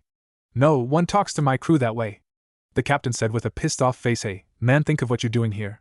He's a warlord, Law said in concern for his captain. So, you'd rather fight me for your crew than your honor? Mihawk asked the young man. After all, this teenager reminded him of that stretching boy he had met at the bar. You're damn right. I could care less what you say about me, but I won't stand by and let you diss my friends, Naruto said as he took off Shank's cape in order to show he was serious about this fight. Naruto vs. Mihawk. Are you really ready to fight against me? Hawkeye said as he drew a small knife from his necklace and held it in front of himself. Yeah, I am. Enough talk, let's go already, Naruto said as he rushed at the swordsman. Spatial Ren, the pirate said as he launched the attack at the former pirate, but to all of their surprise, Mihawk sliced the crescent-shaped energy projectile in two with his small knife. After that display, do you really expect to beat me? He said as he went to stab the pirate captain. Pause, Naruto said as he used his time powers to freeze Mihawk in place, and proceeded to kick him in the face, making him go flying into a tree. It seems that you possess some skills after all, Mihawk said, intrigued that this pirate was able to hit him at all. There's plenty more where that came from, Naruto said as he ran forward and got inside the swordsman's guard, but didn't expect to be stabbed by him. Fast, Naruto muttered out along with a bit of blood, but the captain showed his resolve as he still pulled off an attack even when he was still skewered. Fast forward barrage, he said as he unleashed his storm of punches upon the vampiric man whom had to dodge, which resulted him in leaving his knife in the boy. Fairly surprising, he's better than Straw Hat, that's for sure, and his crew is powerful from what I'm feeling. The warlord though, as he drew his black blade, Kakuto Yoru, from his back and entered a ready stance, fully prepared to seriously fight this upcoming pirate. Suddenly, the swordsman swung his sword at the air, and a giant wave of air rushed past the captain of the galactic pirates, or rather through him as the bladed air cut the Logia user in two. Damn, I almost got hit! Naruto screamed as he searched himself to ensure that he had all his limbs, without even realizing that he had been hit. You're very silly for a wanted pirate, Mihawk said as he swiftly moved behind the frantic teen and got a slash in on him, and he retaliated by rolling forward and brought his heel to Hawkeye's chin. Each time I get a hit on him, he counters with a hit of his own and vice versa. This fight is very interesting, especially against a rookie, the warlord thought, enjoying the new generation he's met so far, and inwardly smirked. You're pissing me off, you know that. Nova Punch! Naruto angrily said as he used his powers ignite his fist and deliver a flame punch, to which Mihawk responded by rushing at him as well. As they passed each other, no visible damage was seen, until Naruto developed a slash across his chest and Mihawk had a burn mark in the shape of a fist on his. Hey Naruto, you alright? Law asked as he rushed to his friend's side to help. Luckily the cut was shallow and would heal up. You did a good job, rookie, Hawkeye said in a praising tone as the downed pirate looked up at him. Thanks, I guess. Guys, help me up, we're leaving, Naruto said in a serious/sad tone. I've already lost to someone. How am I supposed to be the king of the pirates if I can't even protect my friend's honor? The captain contemplated. He was broken from his musings when a voice sounded behind him. You said you were looking for a crew member, correct? Mihawk asked the crew. What's it to you? Kid asked. Because it seems that you have gained that new member, Hawkeye said with a smirk as the entire crew looked on with various emotions. Bonnie was crying because she wanted a normal member. Law was smiling since he'd have a sparring partner. Kid was smiling maniacally at getting another insanely strong guy on their crew, and Naruto was also grinning and immediately forgot the scuffle he got into with his new crew member. Alright, this is awesome, now we can head for the Grand Line, Naruto said before collapsing in pain from his newest wound. How would we get there? We can't navigate, Kid pointed out as Naruto frowned. We'll figure that out later. On board the ship. It's absolutely terrible, Hawkeye said as he surveyed his new captain's Jolly Roger, whom once again fell on the floor in despair as Bonnie comforted him. There, it's finished, Mihawk said as he held up a new flag with the same design, only neater. How the hell did you make that? Naruto asked. I'm French, it's what we do, Hawkeye stated simply, as his captain's depression hit even lower and he was face first on the deck. Let's just go before I make a hole through the ship, Naruto said as Kid moved to pull up the anchor. He saw that same cow sea monster rushing at the ship. HUI, guys, you might want to grab onto something, the first mate yelled to his crewmates as soon as the monster rammed into the ship and started carrying it to who knows where. Cocoa Village, Arlong Park. You made our navigator cry, Luffy said with his rarely seen angry face on, and he was also missing his straw hat. You feeble poomans really think you have a chance against us? Said a man with large kissy lips as he stood by a manta ray man in a karate gi, an octopus man, and a down blue-skinned shark-like man with a saw nose. On Luffy's side he had himself, a green-haired teen wearing an open blue t-shirt and was holding a sword with a white handle. Next to him was a blonde-haired teen with his hair covering his left eye wearing a fancy suit and shoes with a cigarette in his mouth.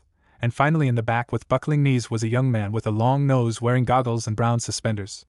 These men were the Straw Hat Pirates under their captain Straw Hat Luffy. The swordsman was his first mate Roronoa Zoro, the blonde was his cook Sanji, and the long nose was his sharpshooter Usopp. Currently, these two forces were at odds over who would get a young thief by the name of Nami on their crew. While Arlong's crew would exploit her and keep her miserable, the Straw Hats were going to treat her as a real friend and not just a tool. You, fools, really believe you have the advantage here. Don't you realize you're easily outnumbered? Hachi the octopus man said. It's never stopped us before. All of them said, though Usopp said it a little shakily. Brothers, attack these foolish poo. But the statement wasn't finished when a person screaming was heard. All of those present, Arlong pirates, Straw Hat pirates, and the rebelling villagers, looked to the pool in the middle of Arlong Park to see a ship being propelled by a jet stream of water toward their current location. Upon reaching the park, the cow monster crashed into the concrete, knocking itself out, and making the ship crash into the army of fishmen in the building, but not before a passenger on the mysterious ship fell into the water. Whoa, hey, I think we're alive, a voice from the ship said. It seems you're right for once, a lighter, more polite voice said as he and the first voice got ready to argue. A bop was heard followed by a thud. Must you do that to silence them?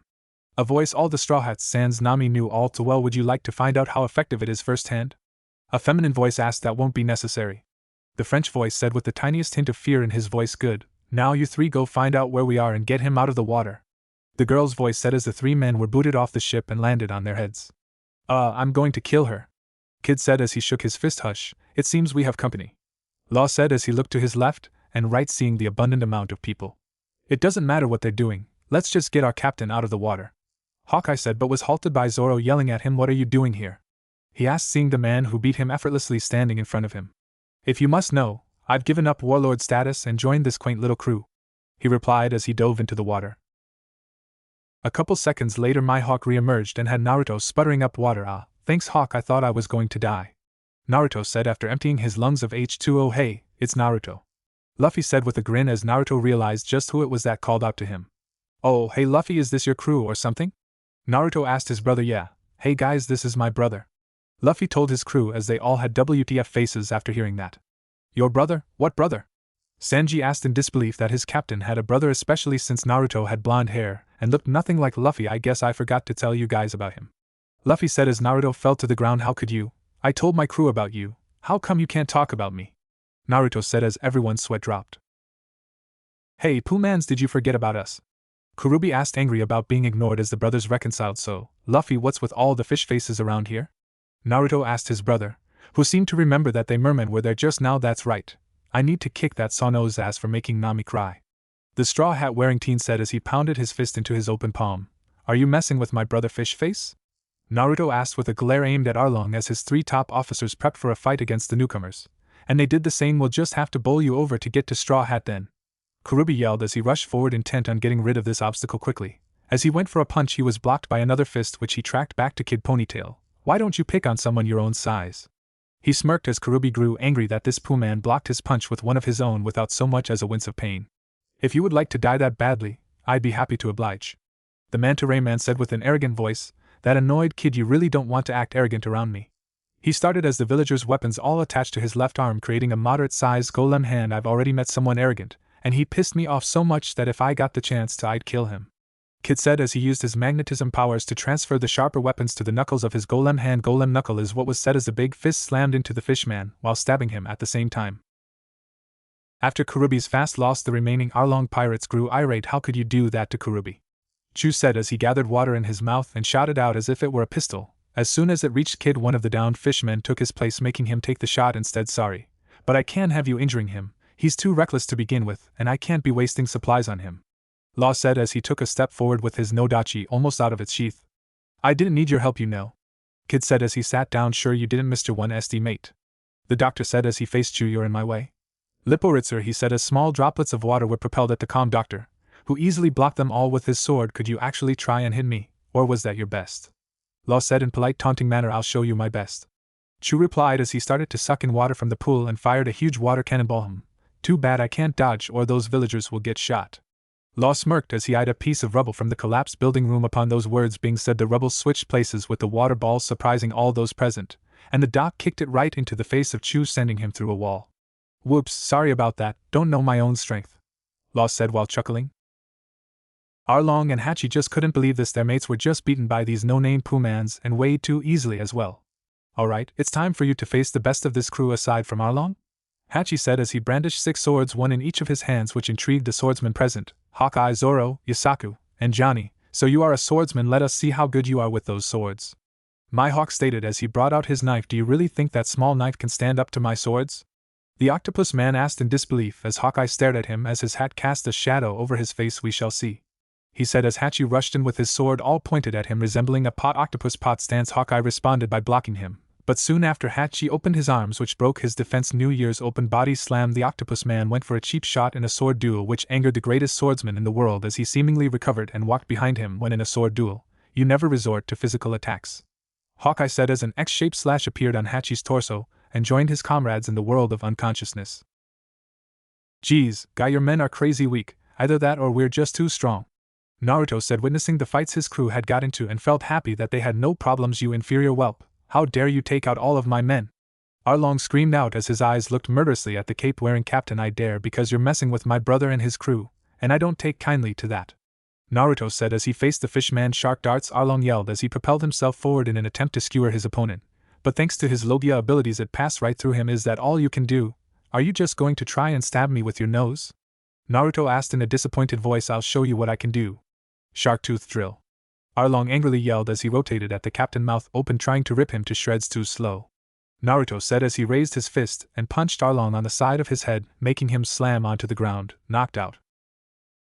That kid just beat Arlong in a single move. A man with various stitches and a pinwheel on his head stared in disbelief. Wow, Naruto is super cool. Do you think I could do that to someone?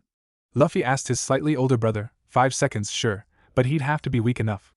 Naruto told Luffy as the villagers started to celebrate. Until hold everything, it seems that you pirates beat Arlong. Now I won't have to share the berry with him, said a mouse-looking marine as he and his unit suddenly appeared. Berry? What berries is he talking about? Naruto asked as Luffy looked clueless. They're mine, an orange-haired girl stated as she gave Luffy's hat back. So, you stole the money from this cute girl? You're an evil man for someone in the Navy, Naruto stated as he critically looked at the man, missing Nami's blush at being called cute. As soon as Luffy heard that he stole Nami's money, he pounded the naval officer into the ground. You'll both pay for this. I'll make sure you're hunted down, Nezumi yelled as he swam away with his unit. I was already being hunted anyway. Naruto called out to him, thinking he would be able to hear. Hey, kid, is Bonnie still on the ship? Naruto asked as his first mate nodded. Bonnie, get out of there, will ya?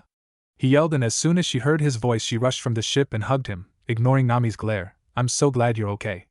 I told those idiots to hurry up, she said while staring at the mentioned three who tried to look innocent. Out at sea. After defeating Arlong, the Galactic and Straw Hat Pirates were treated as guests of honor at the Freedom Party in Cocoa Village. During the party, the two crews got acquainted with each other and found that they all got along pretty, though it was begrudging respect with Hawkeye and Zoro, and hitting on Jewelry with Sanji. Currently, the two ships were sailing side by side to the next island because the Galactics needed a navigator for the time being. You know, it feels good to know where you're going for once.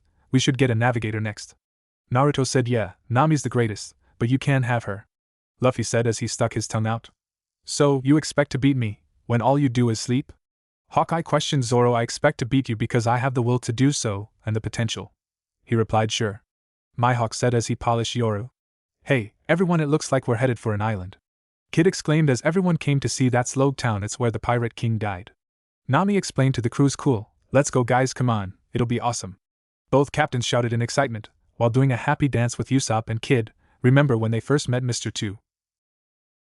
Log Town. Alright, we're finally here. Okay, me and Luffy are going to see the execution scaffold, the blonde said as he and Luffy raced in its direction. I'll go get some ingredients. Bonnie Swan, would you like anything? The love-struck cook asked as she handed him a list. Thank you, Sanji, she said as he smiled and practically twirled to the market. I need to go and get some new swords, Zoro said. And just how do you plan on doing that? Nami asked with a sly smirk. I'll manage. I could loan you some, but it'll be at 300% interest, Nami offered. Fine, Zoro said as he started to walk off. I think I'll accompany you, you could use an expert, Mihawk stated, following after him. I'll stay and guard the ships, and by guard I mean sleep, Kid said as the girls sighed and went to buy clothes and medical supplies. So, how have you been since our scuffle? Hawkeye asked, trying to break the tension in the air. Fine, I almost bled out though, Zoro said. He would have continued if not for seeing a woman that looked exactly like a deceased friend. Challenge two thugs. You think we should help? Zoro started but saw that Hawkeye had disappeared and sighed. Zoro then walked over to the woman and handed her glasses back. Hey, you okay? The green-haired teen asked, but froze when he saw her face. I don't believe it, she looks exactly like Kuina, he thought as she thanked him for the help. Damn it, how could I lock up like that? The likeness is uncanny though, she looks almost like she would if she lived this long. Zoro contemplated. Who was that? An old flame perhaps? Hawkeye questioned as he appeared out of nowhere. Where the hell were you? Zoro yelled / asked. I was hiding. She is in the Marines. I've met her before with a captain by the name Smoker, he replied. You were hiding? Why? Zoro questioned the former warlord. I can't have them know that I'm not with the Marines anymore, can I? He countered as the swordsman moved onward. Wow, check out how tall it is, Luffy said as he stared at the scaffold that Gold Roger had died on, while his brother ran up to climb it. Hey, Naruto, wait for me, Luffy yelled after his brother. The girls were at a dress clothes store tormenting the owner by wearing a lot of his most expensive merchandise, and decided to buy some casual clothes instead. So, do you like Naruto at all? Nami asked the pink-haired cook as she blushed up a storm at the question. Of course not, he's way too stupid to land someone like me, Bonnie said in defense. Well, that's good, now I have a chance, Nami said, knowing full well that Jewelry lied, and she decided to use that to her advantage in order to snag him, while all she could do was sit back and watch as if he could do way better than you. Maybe I should land him. Is that a challenge? So what if it is? The girls argued as they established an unsaid contest to see who could win the blonde captain's heart first. Sword shop. As the two swordsmen walked into a small shop that had its walls littered with sword and any excess were found in the barrels around the walls. Welcome to my shop, I have many different swords for you to choose from, the owner said as he smiled at the thought of having business. I'll cut to the chase, all I have is 100,000 berries, and I need 2 swords, Zoro said as he laid the money out on the counter. Upon seeing the teen's lack of funds, the owner's disposition took a turn. You can find 2 swords in that barrel worth 50,000, but they'll be blunt, he said in disappointment. That is until he saw Zoro's sword, Wado Ikemanji, and got a devious idea to trick Zoro into selling him his sword. I don't like that expression on your face, Mihawk said as he made his presence known, with the owner being shocked that the world's greatest swordsman was standing in his shop. Were you planning on taking advantage of that boy? He asked. No, I was just trying to. It's no use lying to me, Mihawk said. You shouldn't have even thought of that. What kind of sword merchant would do that? Hawkeye asked as the owner looked down ashamed. Just then Tashigi stumbled in, surprising Zoro that she showed up, while Mihawk stayed stoic as ever. Even I couldn't have foreseen this, he thought, knowing there was nowhere to hide now. I don't believe it, it's the Wado Ikemanji. How did you get your hands on such a famous sword? She asked Zoro. It was a gift from a friend, Zoro asked as he continued to search for a sword. As the swordswoman went to the counter to get Autumn Rain from the owner, at the counter she noticed Hawkeye. What are you doing here? She asked, a bit suspicious of him being here of all places. I am a warlord of the sea. I can go wherever I please. I am not obligated to tell the Navy where I am, and what I am doing at all times, he said plainly as he looked over at Zoro as he picked up a sword with a blood-red scabbard. Wow, that's the Sanai Kitetsu. Its predecessors are even more famous than this, Tashigi said in amazement at seeing 2 famous swords in one day. I can't sell you that sword, the owner said. Why not? She asked. This sword is cursed, Zoro said as he felt that vibe from the sword that told him so. Yes, all the swords in the Kitetsu series are cursed. Each swordsman that has wielded one has died, the owner said, not wanting the team to die because of him. I think I'll take it, he said, shocking all. But Hawkeye, are you insane? The owner asked as the green-haired swordsman tossed the sword in the air and stuck his arm out in order to see if he was worthy to wield it. The audience just stood by and watched as the sword came flipping down, just short of lopping Zoro's arm off. Impressive, he must believe in his luck very strongly in order to put his arm on the line like that, Mihawk thought, gaining more respect for Zoro. Zoro picked up Kitetsu 3 and looked at Tashigi. Hey, can you pick another sword for me? Zoro asked the girl as she nodded. Wait, I want you to take this. This is the best sword I have, Snow Chaser. I'll give you this for free, and Kitetsu as well. I'd also like to apologize for thinking about tricking you into selling Wado, the owner said, while Zoro looked clueless since he didn't know about the plan in the first place. Well, thanks anyway, Zoro said as he and Mihawk walked out, though Mihawk gave a nod of approval at the owner before walking out. Scaffold. Wow, this is awesome, Luffy said at the top of the scaffold with Naruto next to him staring out at the courtyard. If I ever get caught, I want to be executed here, Naruto stated in a cheery manner, even if he was talking about his own demise. Hey, you two can't be up there. The execution scaffold is for viewing purposes only, a local officer said through a megaphone to the 2 pirate captains as they looked down in curiosity at the policeman. Suddenly a spiked mace hit the policeman in his face, knocking him out. I've finally found you, Luffy, a strange woman said with the mace in her hand. Luffy, how do you know that lady? I don't know her. The brothers conversed as the woman seemed miffed that Luffy didn't remember her. Hey, don't you ignore me, she yelled at the oblivious boys. It's me, Alvida, she said as a look of realization on Luffy's face. Liar, he said with a deadpan expression. As they were talking, a man suddenly descended on the 2 brothers as he captured Luffy and kicked Naruto off the scaffold as he landed on his head and got knocked out. Suddenly a lightning strike woke him up as he saw his friends gathered around the collapsed scaffold. Hey, Naruto, what were you doing down here? Sanji asked his fellow blonde. I don't know. One moment I'm on top, the next I'm down here, he said, clueless to the happenings around him. Well, come on, we need to get out of here before this storm hits, Zoro said as all 4 of them started running while also defeating the grunts of the Marines. On the road to the Mary, the guys came across a lone woman in the middle of the street that Zoro seemed to recognize. Roronoa, Zoro, were you making fun of me?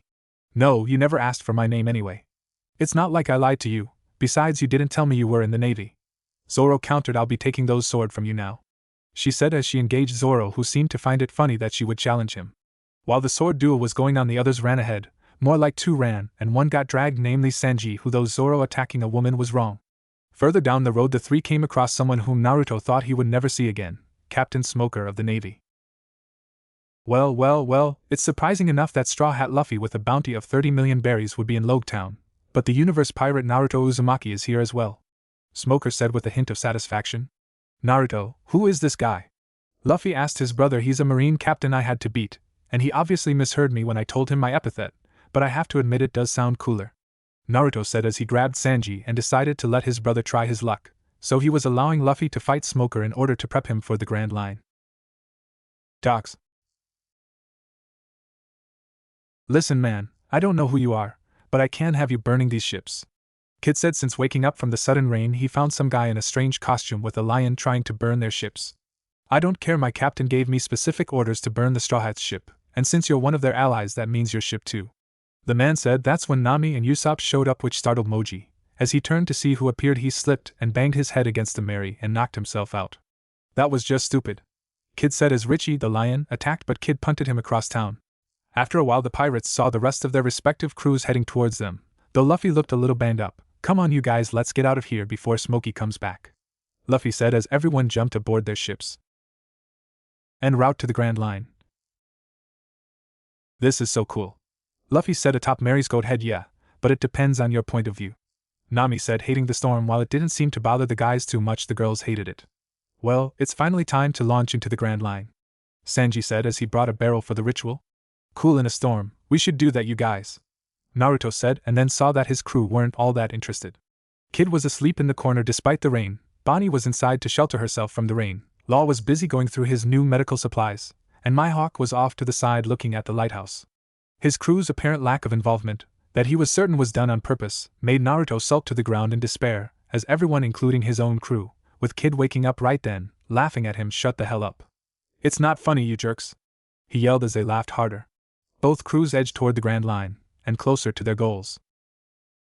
The two pirate ships were slowly riding out the storm after their Lowtown adventure, and both crew were relaxing on the Marigo's galley. Okay, everyone, according to this map, in order to get into the Grand Line we have to go up a mountain. Nami told the two crews as they all had questioning looks on their faces. How do we get two ships up a mountain?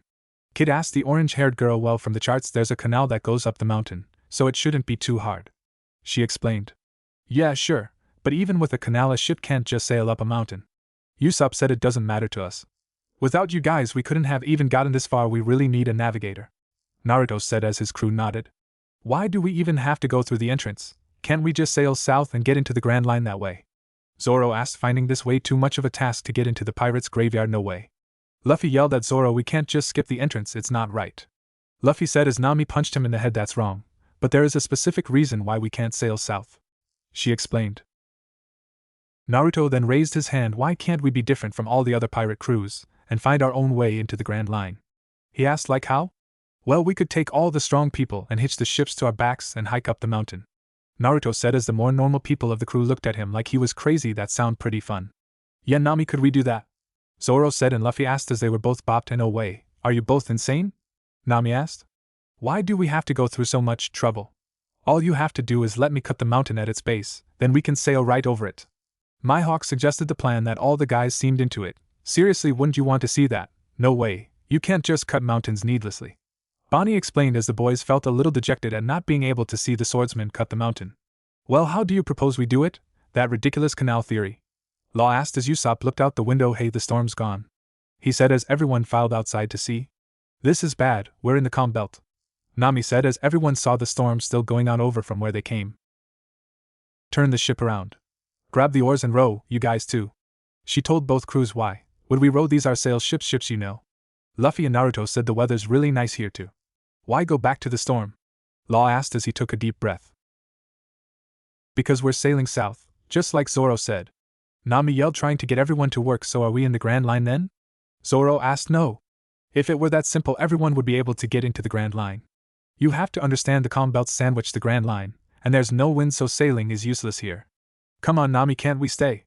It's really nice here, Naruto asked the girl. Normally she would have blushed at him, but the danger they were in snapped her out of it. We have to because she started but didn't finish because the ships began to shake. What's going on? Is it an earthquake? Luffy asked while Sanji yelled at him. We're at sea. So it's a seaquake then?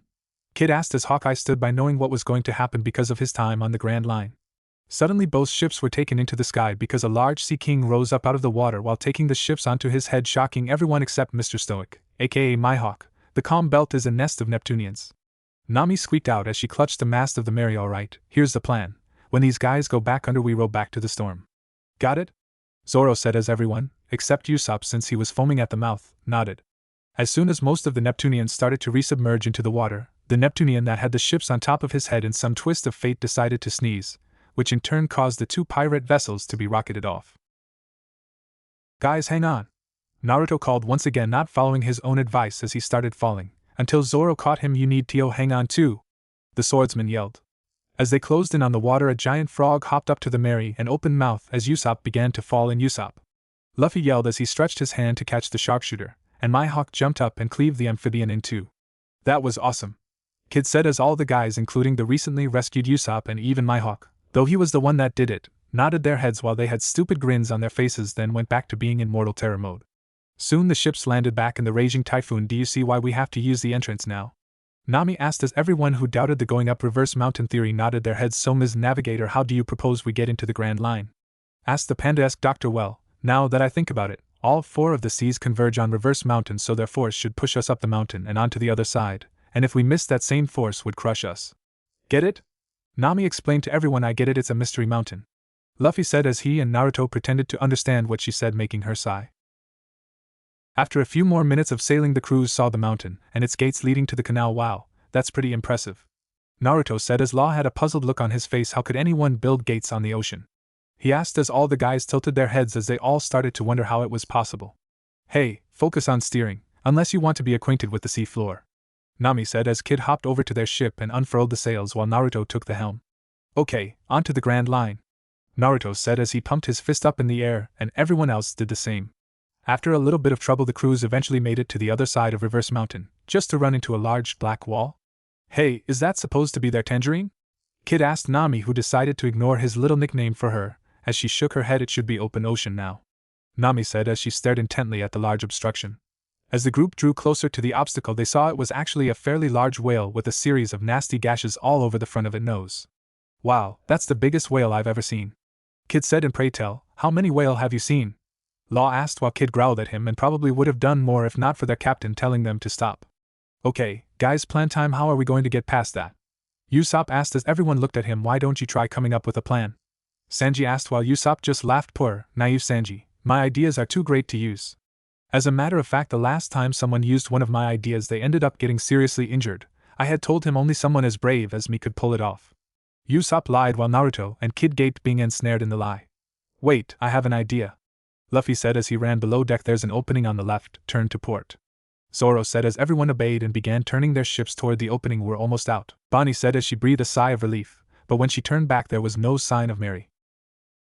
Hey, where is everybody? Law asked when they heard the boom of a cannon and saw the second pirate ship coming but without the goat head. Hey, what happened? Naruto questioned the Straw Hats as they passed by the eye of the whale. Luffy shot a cannon at the whale. Nami explained as the Galactics made an O with their mouths and decided to go faster too. I'm pretty sure this spells doom for us. Mihawk said as he pointed over to Mary as Luffy walked to the front of the ship with an angry look on his face. You bastard! What did you do to my special seat? Luffy yelled as he punched the whale in the eye. Suffice to say, everyone, even Hawkeye, was crying a stream of tears at the Straw Hat Boy's stupidity. You idiot! They yelled as Luffy got into a fighting stance ready to defend his lost seat, that is until Sanji and Zoro kicked him in the head. While the squabble was going on, the crews neglected to notice that the whale was looking right at them, and opened its great maw, swallowing both ships whole except for Luffy, who had fallen off. Hey, what's going on? Luffy said as he hopped on top of the whale, panting. They all got eaten. What am I supposed to do? Luffy said as he started punching the whale repeatedly. Give me back my friend, we're on an adventure, I need them. Luffy yelled as the whale began going under the water. Luffy started to panic until he noticed a hatch? A hatch on the top of the whale. Though Luffy didn't feel like looking a gift horse in the mouth, he ran to it and jumped inside. Inside Laboon. Panda, have you been slipping something into our drinks? Kid asked, and Law looked offended. Of course not, a doctor's job is to cure people, not cause illnesses. Maybe we died and this is heaven, Bonnie suggested as she and Nami hid behind Naruto. Nah, we're pirates, there's no way we'd go to heaven. Maybe this is hell, he said, making the girls grip him tighter, and Usopp started to cry. Hell huh, thought there'd be more fire, Zoro said, accidentally frightening the weaker members of the crew. It was the most peculiar thing though, 1 minute they were getting swallowed by that huge whale, the next they were outside? It just didn't make any sense. If they were swallowed, then why was there a sky and an island in front of them? Not only that, but there was a house on it, so someone was either living on an island outside or that person was crazy enough to live in a whale. The crews had no time to ponder this conundrum when a large Neptunian squid burst out of the water and attacked the ship, scaring the girls and Usopp. I hope this whale swallowed some metal, Kid said as the guys got ready to attack the squid, only to be intercepted when 3 huge harpoons stabbed right through it, killing it instantly. After witnessing that amazing feat, the pirates followed the rope of the harpoons back to the house and saw a man. At least they thought he was a man. He had flower petals on his head. The man was also wearing a pink shirt with a green stripe and a yellow stripe with purple circles, and gray shorts and sandals, and had glasses as well as a beard that seemed to be going sideways. The moment he stepped out, all was silent as the group stared at the old man, as he stared right back, putting the pirates on edge. Eventually the man walked over to the smaller island, sat down in a lawn chair and read the newspaper, completely ignoring the pirates. Him. Hey, say something. Naruto called out to the older man, who once again decided that his newspaper was the most important thing right now. Hey, if you're looking for a fight, you'd better watch out. We've got a cannon. Usopp told the man, hoping to deter him from attacking them as Mihawk jabbed his head with the butt of Yora. Don't threaten people. It's not right, he said as the man looked up. Forget it. If we fought, someone's going to die, he ominously said, causing the pirates to tense up as they wondered if this old man actually possessed the strength necessary to take them down. And who's that gonna be? Sanji asked me. The man answered simply, which made everyone's sweat drop and made Sanji angry. You wanna fight, old man? Come on, I'll make sure that premonition of yours comes true, Sanji exclaimed, getting ready to hop over the railing of Mary in order to kick the man into next week. But Naruto, Kid, and Usopp held the fuming cook back. Calm down, seriously, we just need some answers, Zoro told the cook as he calmly approached the railing. Sorry about him, he's just an idiot. We just want to know where we are, and who you are, Zoro said in a polite manner. Isn't proper etiquette to introduce yourself before asking people questions? The man asked the pirates. Oh, you're right. Zoro never got to finish since the man interrupted him. My name is Crocus. I'm the keeper of the Twin Capes Lighthouse. I'm 71 years old, a Gemini, and I have blood type AB, he said, giving his name and plenty of other unnecessary tidbits of information. I'm gonna slice him in two, Zoro said as he gripped his swords. Just leave the geezer alone. With the way he's acting, he's probably stupid, Kid said as Crocus looked straight at him. I'm stupid? Who's ever heard of a boy wearing full body makeup? He asked as Kid looked ready to grab the entire ship and chuck it at the old man. It isn't makeup, you bastard. This is my natural skin color. Kid fumed as the whites of his eyes were showing in indignation. You know, this guy is very irritating, Naruto said as Usopp nodded. And you too, aren't you a little too old to be wearing a cape and using a slingshot? He asked, completing the set as they joined Zoro, Kid, and Sanji at the rail, yelling obscenities at him as well, while the girls, Law, and Mihawk stayed back and watched as they continued to yell at him. Knock it off, Nami yelled at them as she punched them in the head, though Naruto's punch was noticeably lighter than the others. What's with young people today? Who do you think you are, coming into my personal resort and ordering me around? Where do you think you are, in the belly of a mouse? Crocus said as realization dawned on the pirates. So, we really are in that whale's stomach.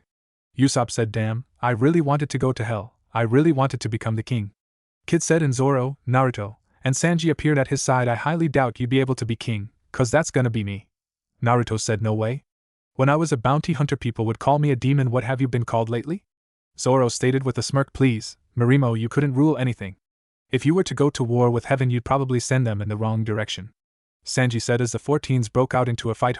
They couldn't rule anything, Nami said as they watched the fight. You're right.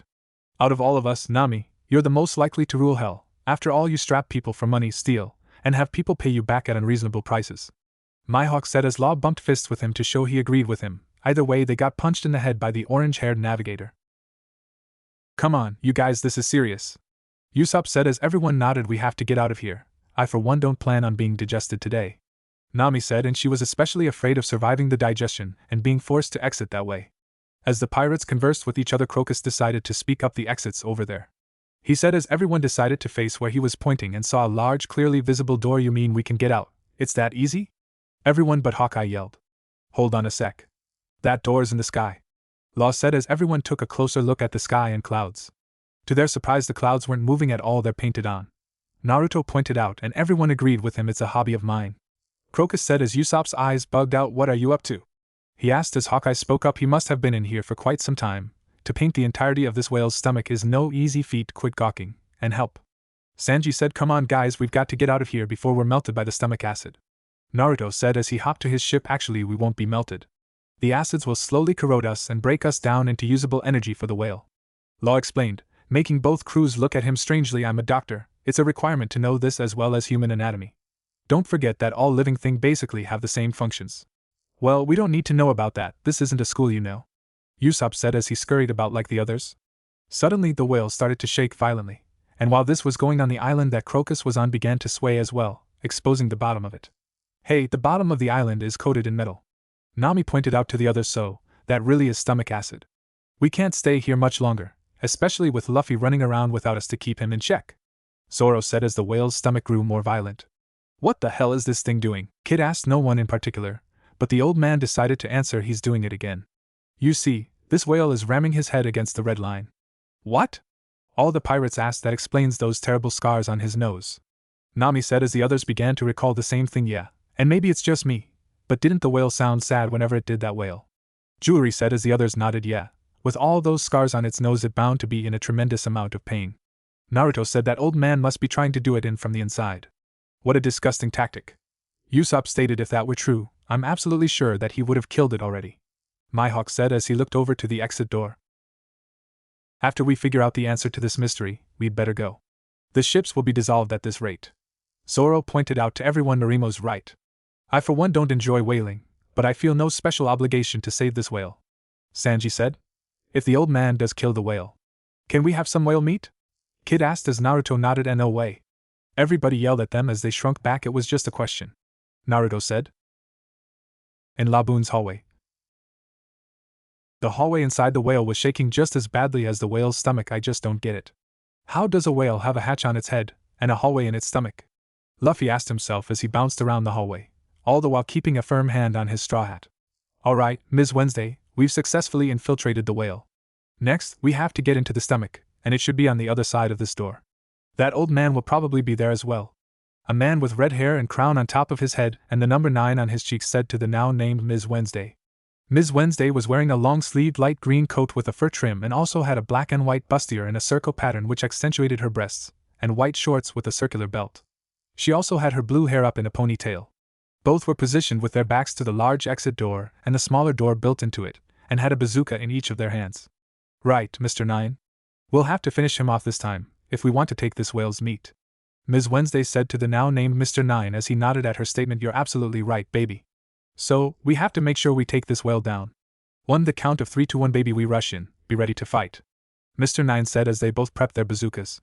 Okay, 3 to 0 HHH, I can't stop, help me. Luffy screamed as he interrupted Mr. 9's countdown. What's that, Mr. 9? I don't know, Ms. Wednesday. The mystery people said as Luffy kept on charging HHHH. All three screamed as they busted the smaller door open. Laboon's stomach. Oh. The three continued screaming as they started to plummet towards the whale's stomach. Acid, Luffy? Zoro asked as the others looked up to see him as well. What did I tell you? It's like he's a magnet for trouble.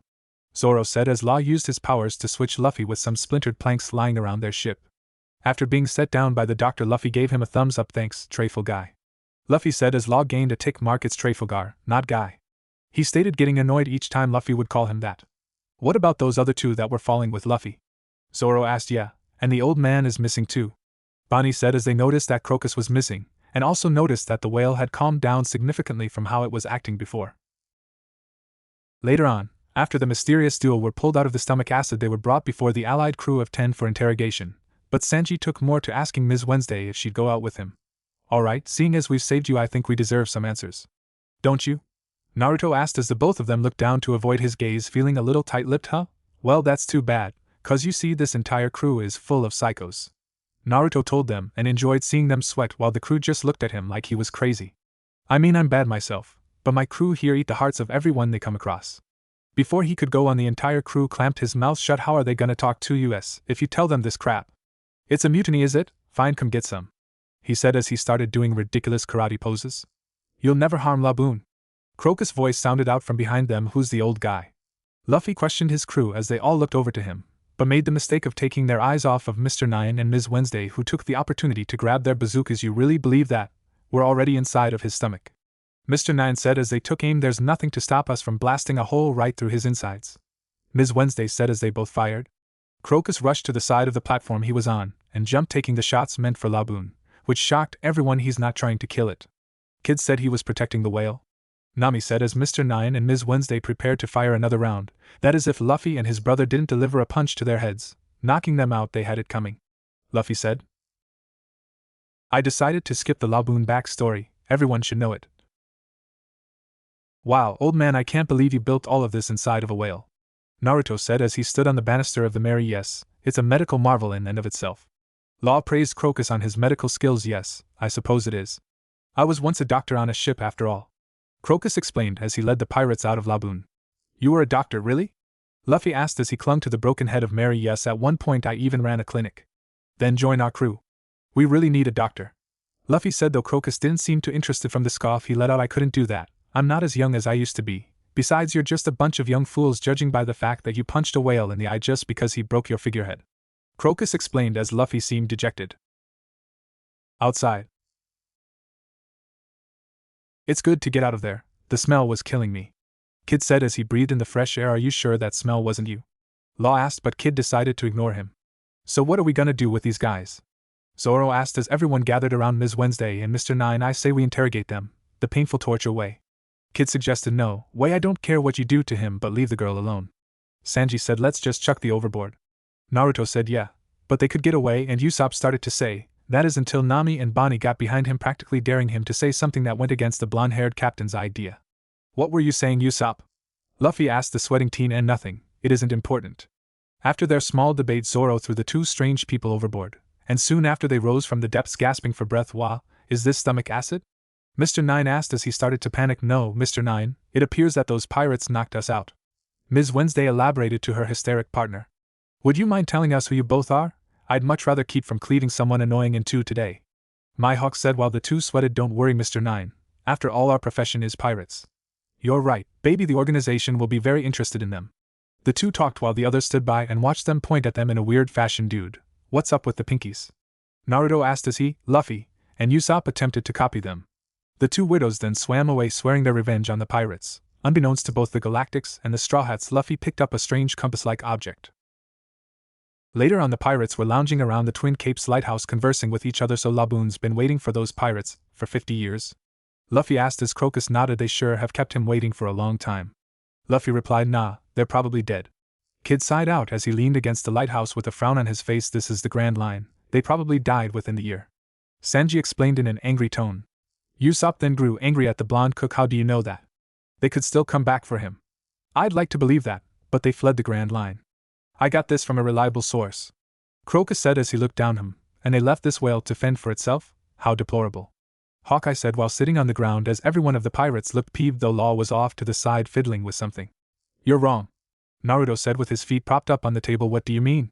Nami asked. I don't know why, but I feel as if one of them is still alive. He said seriously, earning looks from the two crews that questioned his statement. Why do you think that? Zoro asked. It's probably a dead man's whispers. Looks like you're gonna die before you even get to the first island. Sanji said in a somber tone, and lowered his head. That's not what I mean. The blonde captain yelled. After his rant, Naruto noticed that his brother was missing, and saw Mary's mask going up. Laboon, isn't that the mask of Mary? Naruto asked, prompting everyone to turn their heads in the whale's direction. Luffy was currently running up Laboon with Mary's mask in hand, and yelling at the top of his lungs. Once he was at the top, he saw blood squirting from Laboon's freshest wound and proceeded to plunge the sharper side of the mast into it, which shocked the pirates and the old man below, and caused Laboon a fair amount of pain. What are you doing, you idiot? Everyone yelled at their friend as they saw Laboon crush Luffy, but it only sunk the mast in deeper in his nose, eliciting more pain. The Straw Hat then punched the whale in its eye, though it didn't stop Laboon's charge as he swung his head. This action made Luffy crash against the lighthouse and lie down against it. Laboon moved to execute the finisher when a voice rang out. It's a draw. The voice was none other than Luffy. I'm pretty strong, huh? Luffy asked. The crew was puzzled, not seeing what was going on. If I'm gonna be the Pirate King, I can't lose to anybody. So I'm gonna go through the Grand Line, and come back so we can finish our fight. Luffy told the now crying whale, that let out a roar of approval. Later, Laboon had a crappy drawing of the Straw Hat's flag on his nose. I see that your poor drawing skills reflected on your brother. Law said as he saw both of them fall to the ground. Other than what Trafalgar said. Make sure you don't mess up the symbol, it's our pact for our match. Luffy said, and Laboon nodded. Soon after, the pirates were just lounging around the speck of land, when a feminine scream was heard. Usopp, are you alright? Naruto asked the marksman. That wasn't me. He yelled as Naruto looked sheepish. Seriously, you thought that was Usopp?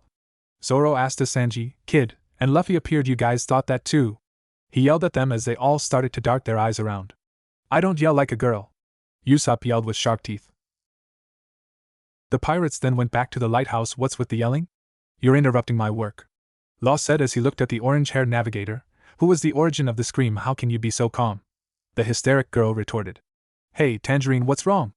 Kid asked as the others arrived and Sanji put the elephant true bluefin he got from Logtown on the table. Stop calling me that, and yeah, the problem is the compass, it's broken, she said as everyone looked at it to see it spinning out of control. Maybe you broke it, clumsy. Jewelry stated in a taunting manner. No way, I'm not one of them. Nami pointed to all of the men. Were you all planning to die? You can't use a normal compass on the Grand Line. Crocus explained why. Because of the magnetic field? The navigator asked, to which the old man nodded. Grand Line islands are rich in minerals, making each island have a unique magnetic field. Not only that, but the weather follows no clear pattern, he said. I'm sorry, I didn't know. She admitted. You guys are screwed, Kid said as he, Luffy, and his captain continued eating the bluefin. He is right, you have to have a log pose to navigate the Grand Line. Crocus said. What's that? Naruto asked. It's an odd-looking compass basically. Mihawk said. Off to the side like this? Luffy and Naruto asked as they held them up. Where'd you get those? Nami asked and punched them both. Law bought it. Those weirdos left it behind, they answered. With those you travel from island to island logging at magnetic fields so you can move on. It's a lot like island hopping. You choose your route and no matter which you choose they will all lead to the final island, Raftel. The only pirate to have reached it was Gold, Roger himself. Crocus said. Yeah, until we get there. Luffy said. Eating the fish bones, One Piece has to be there. Law said with a smirk as he went back to tinkering with something. Let's go, we're all done eating, Kid said as he and the two brothers let out a sigh of content. You bastards, I wanted Nami to have that, Sanji yelled as he kicked them right into Nami's log pose. After seeing this, Hawkeye relieved his captain of their log pose as all four men were kicked into the ocean. Now we're stranded, Nami said with anime tears. You can have mine as thanks for saving Laboon, Crocus said. A little later the four pirates resurfaced along with Singed, Ms. Wednesday, and Mr. Nine. So let me get this straight. You want us to take you back to your home island? Naruto asked the two mystery people, who nodded. Why should we? You tried to kill the whale. Nami said. I'll take them, Naruto said with a final tone in his voice. You're so kind, Naruto, Nami said as she slid next to him. You were just about to reject them. Usopp deadpanned as he got hit for his statement. Here, old man, this is an ointment that I made for Laboon. It should heal up his wounds in a few months, Law said as he revealed the thing he had been working on. Thank you, Crocus said, and all Law did was smirk. Are you sure about this?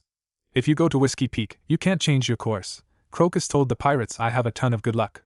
So if I really need to, I'll just sail around until I get to a new island, Naruto said, then whispered. Besides, I'll just have to eat my crew if I get lost. We can hear you, they all yelled. Alright guys, this is it, the first island of the Grand Line, Luffy said with cheering being heard. Go Mary, Luffy said forward. Bon, Bonnie said as her crew had a questioning look on their face. Bon, that is a terrible name, Naruto said to the pinkhead. It's my ship, I can name it whatever I want, she said. Guys, I promise you on the Grand Line we are getting a new ship, Naruto said, and the guys nodded. You're so rude, the woman cook told them. Open ocean. It was now snowing unexpectedly on the two ships and the more immature members of the crews were outside enjoying themselves. It's the greatest hero ever, Mr. Snowman, Luffy said as he looked at his snow creation. Luffy, your snowman is lame. Feast your eyes on my snow princess, Usopp said, unveiling his masterpiece. You have a lot to learn. All you have is a normal snowman and a snow sculpture. My snow devil knock you guys out of the water, Kid said as he showed off a large demon with sharp teeth made out of snow. Wow, that is impressive, Luffy said with sparkles in his eyes. Ahem, I win because of my snow giant, Naruto said atop a lifelike giant made of snow. Oh yeah, take this snowman punch, Luffy exclaimed as he launched his snowman's fist at the giant, making it crumble. Hey, Naruto then kicked Mr. Snowman's head off. Luffy didn't take kindly to this and launched a punch, but accidentally hit the snow princess, which made Usopp retaliate, but he hit Kids. These chain of events led to a snow war, the likes of which no one has ever seen. How can they stand this cold? Nami asked inside Mary's galley. Why am I doing this? My sword isn't supposed to be used as a shovel. Mihawk said just keep doing it unless you want to be punched, Law said beside Hawkeye and Sanji as they shoveled snow off of their respective decks, as commanded by the female pirates. Hey pirates, don't your ships have heaters? The two freeloaders said while huddled inside with Nami. Why don't you shut up? Nami said to them. Suddenly thunder was heard outside. What is with this weather? It's so unnatural, Nami commented to herself, as their guests mocked her for underestimating the Grand Line, until they were booted out to help shovel. Everyone turned the ships back around. Nami commanded. Why, did you forget something? Luffy asked as everyone came to see what was going on, except the sleeping Zoro. We somehow got turned around, she hysterically said as everyone scurried about to adhere to the girl's commands. Soon the pirates had braved extreme weather from storms to icebergs and tidal waves. Because of all the insane weather, both ships were patched up fairly poorly. Ah, that was a nice nap, Zoro said as he looked at both ships to see everyone on the ground. Shouldn't you guys be working? What if we go off course? He said, making everyone's sweat drop. Oh hey, it's you two, Zoro said, looking at the odd couple. What were you thinking? Nami said as she punched the green-haired teen. I don't know what you're talking about. That got him another 2 punches. I want to get a navigator that knows what they're doing, Naruto said to himself. Whiskey Peak. A little while later, the city of Whiskey Peak on Cactus Island came into view. Wow, those are some huge cactuses. Kid said. It's cacti, you illiterate brute. Law corrected. I don't remember asking you, Panda, Kid said. As they drew closer to the island, their hitchhikers decided to swim the rest of the way with strange people.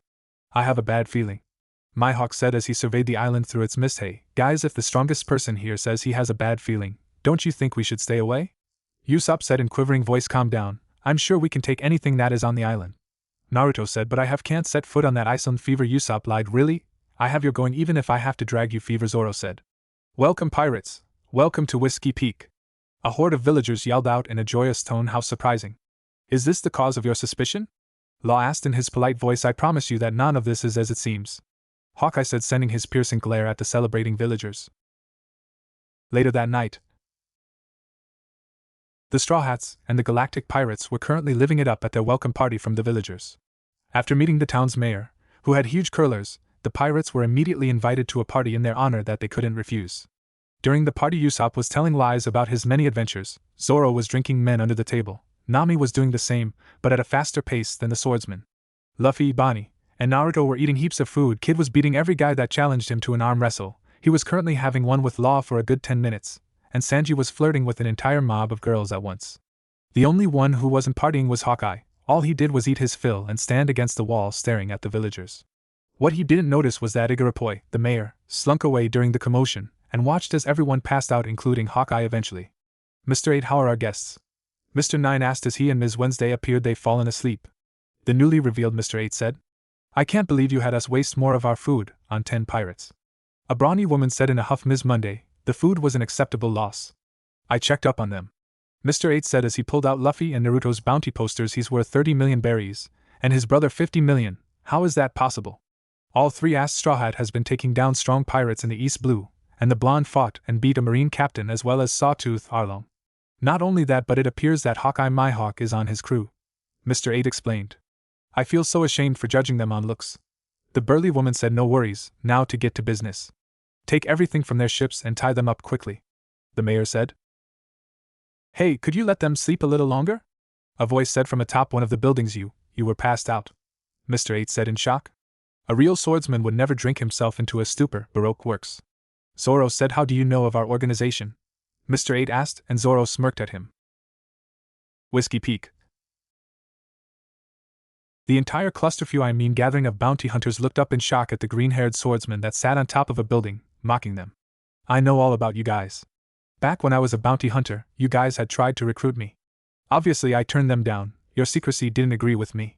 You all loyally obey a boss that you don't even know the identity of, simple pawns if anything, Zoro said with a smirk the entire time.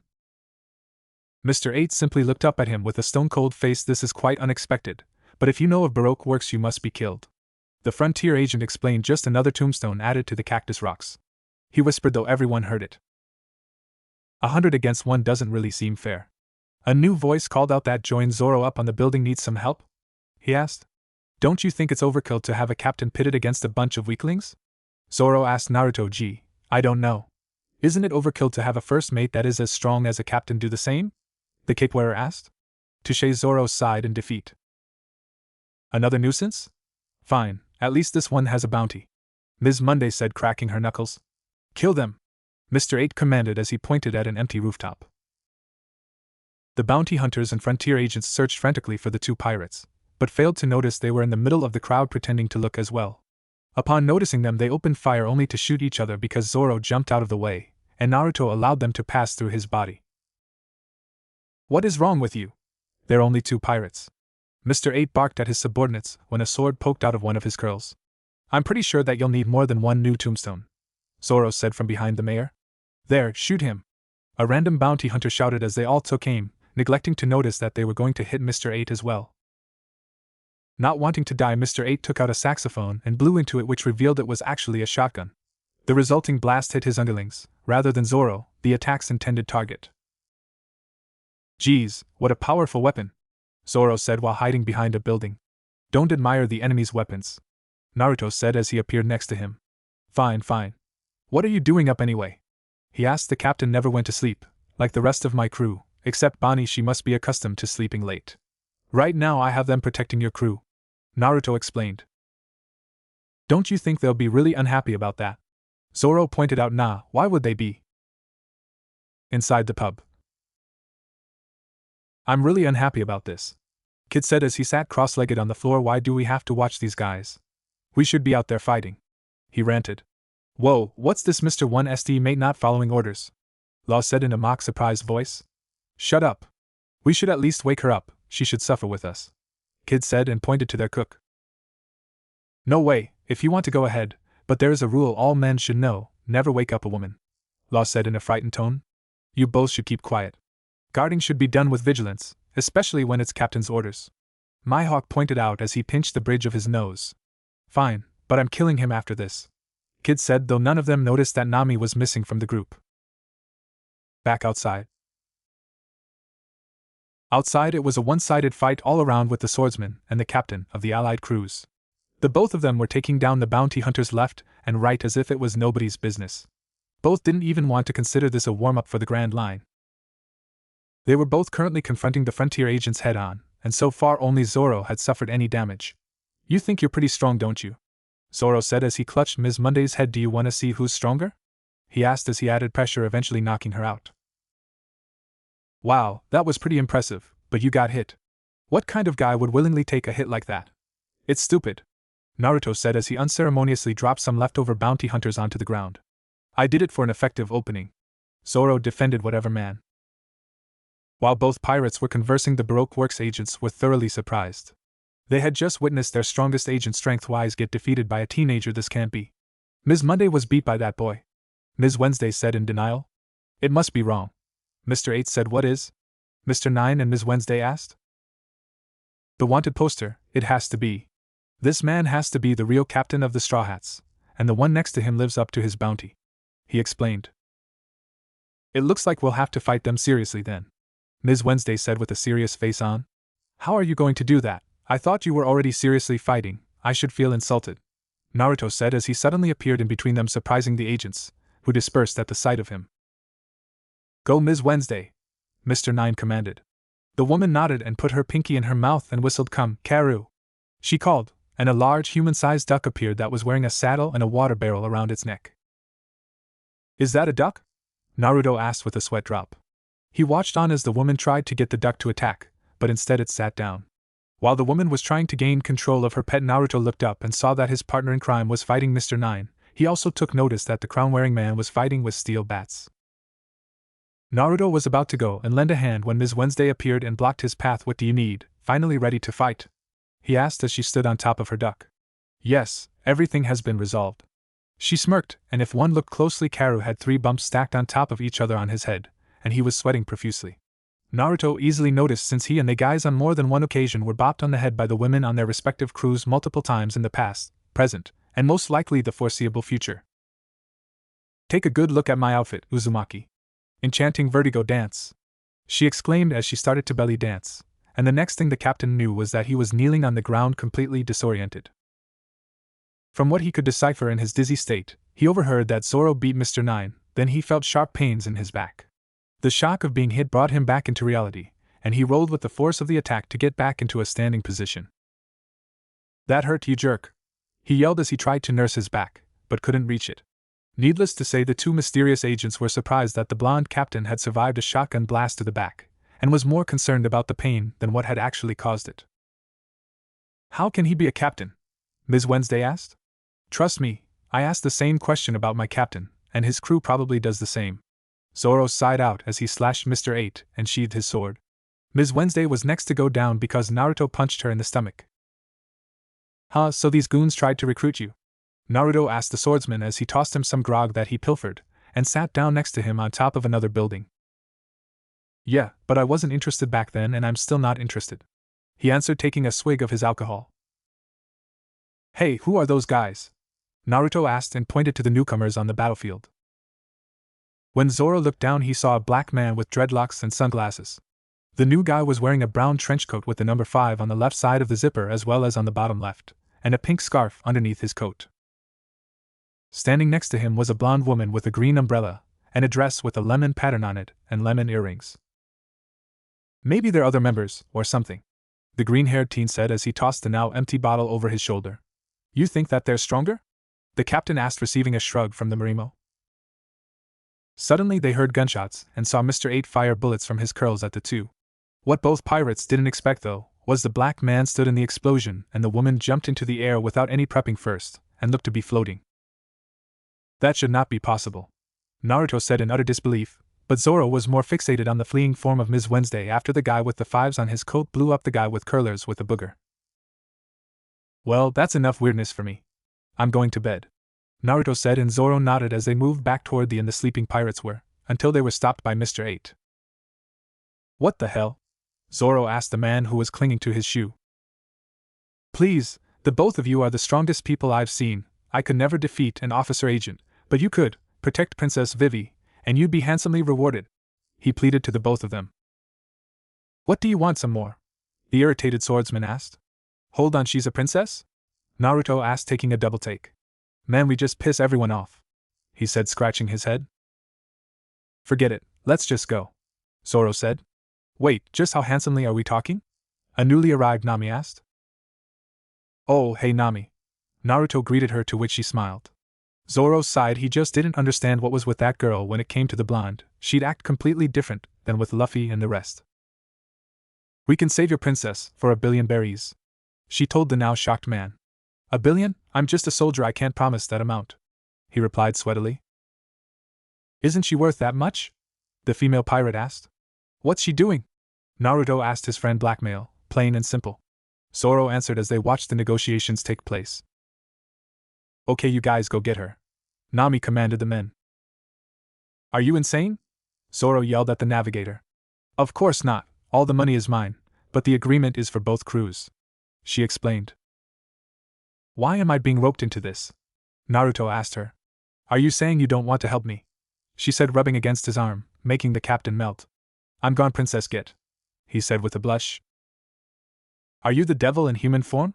Zoro asked while watching the spectacle. Don't think that I forgot about you, she said, rounding on the swordsman. What are you talking about? He asked, making her huff in annoyance. You still owe me from Log Town, remember? She asked him. I didn't even need that money. I got the swords for free. He protested. That may be true, but you promised to pay me back at 300% interest, which means you still owe me 300,000 berries, she told the teen. That's outrageous, he yelled at her. Aren't you going to keep your word? The Carrot Top asked in a deadly tone. You know, the afterlife isn't going to be kind, he told her as he dragged the still dazed captain. I know, I'm going down in blazes, she chuckled. Outskirts. Princess Vivi was extremely downtrodden because every single one of her friends in Baroque works had sacrificed themselves to save her from Mr. 5 and Ms. Valentine, and Igrum, her guardian, since leaving Alabasta, had done the same. She wished she was stronger so she could have helped, but instead she was retreating on Karu. You won't escape, Ms. Wednesday. My boom boom fruit powers will see to that. Mezpalm cannon, the man yelled as he flicked a booger at the girl. Vivi's eyes widened when she saw it approach her, but she was shocked further when she saw a black hole open in front of her which sucked the explosive in. Dude, do you know how gross that is? Naruto asked as he jumped down alongside Zoro as they stood in front of her. What are you doing? The brunette asked. The two pirates were rescuing you, of course, the swordsman replied as they faced the officer agents. So pirates have stooped to saving princesses? Mr. 5 asked them. Yeah, I guess so, Naruto answered. Honestly, he didn't remember what happened. One minute he saw Nami trying to convince him and Zoro to save this princess. When he refused, she had walked up to him, and then he saw Zoro dragging him. If you insist on getting in our way, I'll bury you into the ground, the lemon-wearing woman said with a wide smirk. Naruto, Zoro, Luffy yelled to the two. Huh, Luffy? Naruto questioned. Hey, Luffy, you don't have to get involved in this, we can handle this, Zoro told his captain. I don't care, we're gonna fight, he yelled to them. What? Came their intelligent answer. You guys beat up all those townspeople, even though they fed us. Yeah, but they were actually both pirates, but were interrupted when the vest-wearing teen got in front of them poised to deliver twin punches to their faces. Both had to dodge right away, but were shocked to see a wall behind them shatter. Are you trying to kill us? Zoro asked his captain in shock at the destruction the punches caused. That's right. Die. It looks like they're tied up, Mr. 5, Ms. Valentine said with a sweat drop, and her partner nodded. It looks like it. So let us kill Vivi, he said. Stop it, Luffy, Zoro said, and he booted his captain into the pair. Damn it, what is his problem? Naruto asked with his arms crossed. He then looked up to see Ms. Valentine flying in the air again.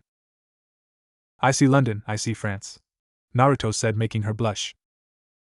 Flattery will get you nowhere. With my kilo fruit I can raise and lower my weight at will, she explained, though neither pirate seemed to be paying her any attention. Instead they were looking at the re-emerging Luffy holding AK.OD Mr. 5. Luffy, you need to calm down, these guys were bounty hunters, Zoro explained in the time it took Naruto to jump up to the floating woman and axe-kicked her into the ground, before landing in his previous spot. Vivi was shocked that these rookies had beaten the officers with relative ease, and Karu was practically trembling in awe. I'm done trying to reason with you. I'll fight seriously, but don't complain when I kill you, Zoro told his captain as he tied on his bandana. Hold on. I want to knock some sense into him too, but killing him is out of the question, Naruto said. Yeah? Well, you're welcome to stop me, Blondie, the swordsman told him. Naruto didn't take kindly to having his hair ridiculed, and soon got angry, evident by the red lightning streaking across his cape. Blondie? He asked in a deadly tone. Having a dispute, you killers? Luffy asked with his hat shadowing one of his eyes. Vivi could only stare at the three powerhouses facing off, their mere presence making her feel like an insect. How can the Grand Line still have people this strong at its start? The princess asked herself. After her question was asked, the three immediately charged at one another. Zoro went for an overhead slash on his captain, but had to duck when Naruto tried to roundhouse kick him in the stomach. Naruto then used the momentum from his kick to get into a handstand, and delivered a kick to his brother that made him fly back from the force. Luffy took the kick in stride and used his powers to grab onto a building's wall. Gum rocket. Luffy launched himself at Naruto, but then saw that he went through him. After evading the attack, the blonde was sent flying into the same wall Luffy used for his attack by some kind of slashing wind. Zoro then turned just in time to block Luffy's mounted surprise attack. Using this to his advantage, Zoro pushed his block forward and opened his swords in order to break Luffy's guard. Luffy, not wanting to get slashed, ducked under the slash, and used Gum-Gum's spear on the swordsman's stomach, which resulted in him getting hunched over as Luffy then used Gum-Gum bazooka on his chest. Zoro was skidding along the ground much like a skipping stone, before he used his swords to halt himself. When he looked up, he saw Naruto using his fast-forward barrage to counter his brother's Gum-Gum Gatling. Zoro rushed back into the fray as he crossed his arms. Oni, Zoro exclaimed as he used his signature attack. Both of the other fighters in this free-for-all noticed this and prepped their own powerful techniques. Luffy threw both of his arms behind him. Gum-Gum. Naruto balled his hand into a fist and brought it back so far that he had one foot on the ground as his fist started to glow nova. As soon as they were all within range of each other's attack, they let them loose. Giri. Bazooka. Punch. The resulting shockwave sent all three of the sailing into buildings and the dirt. Neither one of them wanted to yield in the fight, so they all got up after lifting any rubble off of their person, and went back to clash once again. Suddenly, Zoro and Luffy were punched across the face while Naruto had a gentle hand stop him. What do you think you're doing? We could have lost 1 billion berries just now. The puncher, who was revealed to be Nami, yelled at her crewmates. Naruto just stood next to the princess, making sure she was okay, and apologizing for how rude he was as he kissed her hand, not noticing the blush. To clarify, Vivi will have a crush on the knucklehead. Hey Luffy, where are you? Kid yelled as he appeared with a hand near his mouth to amplify his voice. Oi kid, what are you doing here? And didn't I tell you to keep an eye on the crew? Naruto asked his first officer. It was those idiots' fault, they distracted me. Kid told his captain and then took notice of the blue-haired girl. Isn't she that Ms. Wednesday? He asked. Sit down, it's a long story, Zoro told his fellow first mate. A few minutes later. I'll skip the whole Alabasta internal speech cause seriously you guys should know this. Wow, Baroque work sure is twisted to do that to a country. Kid piped up after hearing the princess' plight. They are, but the mastermind is far worse. Vivi shivered as she recollected the man. Who is? Luffy asked with a voice laced in curiosity. I can't tell you. If I told you his true identity, you'd be hunted down, she frantically said with a hand over her mouth. Come on, there isn't anyone else around, Naruto said, practically shaking with anticipation. Yeah, if I'm gonna help, I at least want to know who it is I'm fighting, Kid said with a menacing smirk that scared the young girl. I'm sorry, but I can't. You all may be strong, but you can't possibly stand up to Sir Crocodile. After all, he is one of the 7 warlords, she told. It took a few minutes to sink in until everyone stood there with reactions of excitement for the guys and shock for the girls. Why'd you tell us? Nami yelled as she shook the princess, who was apologizing in succession. Wow, another warlord. Our Grand Line adventures are only beginning too, Kid said. So this guy is in Hawkeye's league, interesting, Naruto said while Luffy was jumping around in excitement, and Zoro just had a smirk. After the celebrations were finished, a strange otter and a vulture appeared a few feet away from them, before the otter flew away on top of the vulture. Was that an otter? Zoro asked. Who were they? Nami demanded as she continued to shake the princess. They were the unluckies. They report anyone who knows the boss identity, she cried out. Well, have fun, the orange-haired girl said as she started to walk away. Where are you going, Nami? Luffy asked his navigator. I'm out of here, it's not like they know what I look like. As soon as that statement left her mouth, the unluckies reappeared and Mr. 13 was writing something on a sketchpad he had brought out. After he was finished, he showed everyone that he had mad perfect pictures of Naruto, Luffy, Kid, Zoro, and Nami. Wow, those are good. Nami applauded and turned around with tears going down her face. Don't worry, Nami, we can handle it, Luffy laughed. Yeah, Nami, it's not like Luffy would ask you to be on his crew if you were weak, Naruto assured her, making her blush at their faith. Do not worry, the former Mr. 8 told them in a replica of Vivi's outfit and holding 5 dummies. What the hell? It's that mayor guy. What are you, an Okama? Kid asked. No, I'm trying to draw any Baroque Works agents off your trail, he told them as they all nodded their head as if they were just going along with what he said. More importantly, Princess, I need the eternal pose to Alabasta, Igaram asked. After learning what an eternal pose was, the pirates were seeing off the man dressed in drag. But after the 6 turned around to get their crews, a giant explosion erupted behind them which incinerated the man's escaped ship. They retaliated that fast? Kid asked in shock. We have to go, Naruto said as he and his brother ran to get their respective crews. Minutes later. And that's the story? Naruto explained to his crew. Already knee-deep in trouble, huh? Well, I'm not surprised. Law smirked. So that's what Crocodile has been up to. That man is swine. Hawkeye muttered the last part. Hello, hey, have you guys heard yourselves? This is Sir Crocodile, warlord of the sea, former bounty of 81 million berries. Bonnie panicked and paced. Don't worry so much. Luffy, you take Vivi, Naruto told his brother. Okay, Luffy said in the affirmative. Why? Vivi asked. What are you going to miss me, Your Highness? He asked, teasing the girl. I want you to go with Luffy because it was his agreement. We'll meet at Alabasta to help, he explained. Alright, see you later, Luffy said as he hopped aboard Mary. Don't try anything while I'm gone, Nami told the pink-haired cook. Humph, do not tell me what to do. Besides, I have Usopp working on something for me, she smirked. And what might that be? The navigator asked. Something that'll help me fight, the pinkette said. Nami grit her teeth as she walked away. She'd need to be able to fight too, to gain Naruto's attention. On the bonbon. Man, another warlord. This place is awesome, Kid said while lying on the deck. Yes, but if that's all it takes to interest you, I'm disappointed.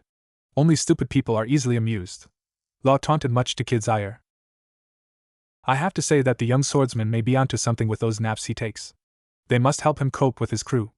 Mihawk sighed out as he looked over to his captain to see the cook flirting with him. I'm gonna take the helm, the blonde captain said. Then there was a faint flutter of air that everyone but the blonde seemed to notice. When everyone followed it to its end point, they saw a peculiar sight. "Hey guys, did Naruto always have 4 legs and wear high heels on the extra feet?" Kid asked.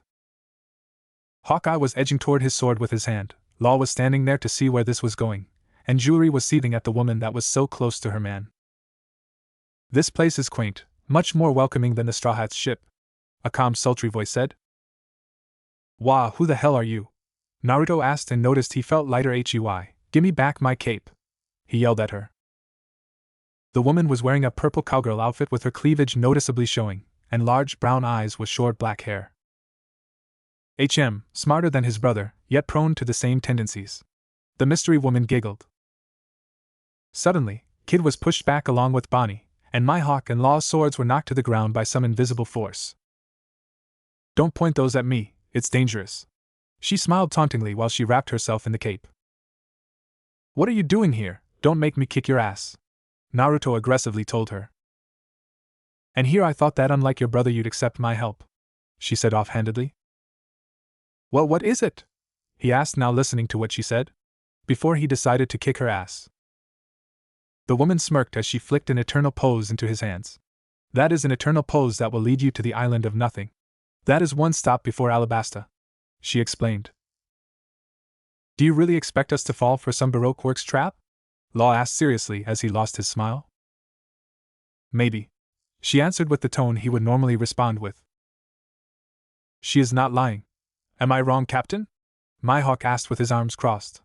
"Yeah, she isn't lying. Thanks," he said, shocking the woman. After regaining her composure, the woman let the cape float back down to the blonde and jumped off the ship, landing on top of a giant turtle, and left. "Hey, what's your name?" Naruto yelled to her. "Ms. All Sunday," she answered. "Not what I was looking for, but okay," he muttered. "Why'd you let her go? We could have taken her as a hostage," Bonnie asked, though she wasn't going to say why she wanted her captured.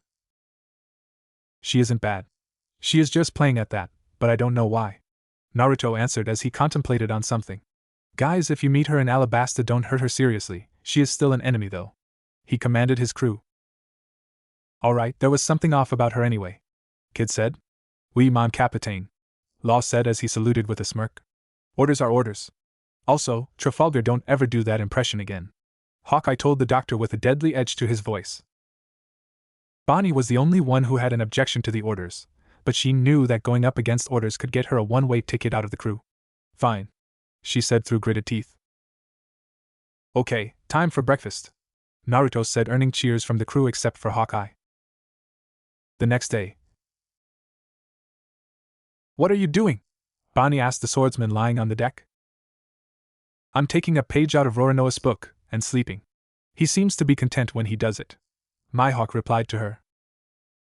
"Well, that's a luxury you can't afford, unless you can navigate," the Pinkette told him, but he had fallen asleep after she started talking. "Wake up, you yellow-eyed bastard," Bonnie yelled as she stomped on his nether region. This action made Hawkeye wake up instantly to clutch his injury and cry some very small tears. "I'm glad I got your attention," she smiled sweetly. "If you think I'm going to let you get away with that," he started, but he soon cowered at her dark aura. "Finish that sentence, and I'll send you back to infancy, or maybe you'd prefer to be an old man," she said in a threatening tone. "Hawk, take my advice, walk away," Kid told the oldest member of the crew. The swordsman heeded the warning and started to help the others with navigating. "No, I'm pretty sure we follow the red arrow." "No, we have to follow the white side." "Please, if it's in the shape of a ball, we probably need to float depending on how high the needle is," the guys argued amongst themselves. "Hey, look, an island," Bonnie said calmly. "How the hell did you get to this island?" "We've been trying to read this pose thingy all day," Naruto said. "You guys have been looking at the log pose, you were supposed to be following the eternal pose," she clarified. "We knew that," they all said. Ray's Island. This new island was very strange to the pirates.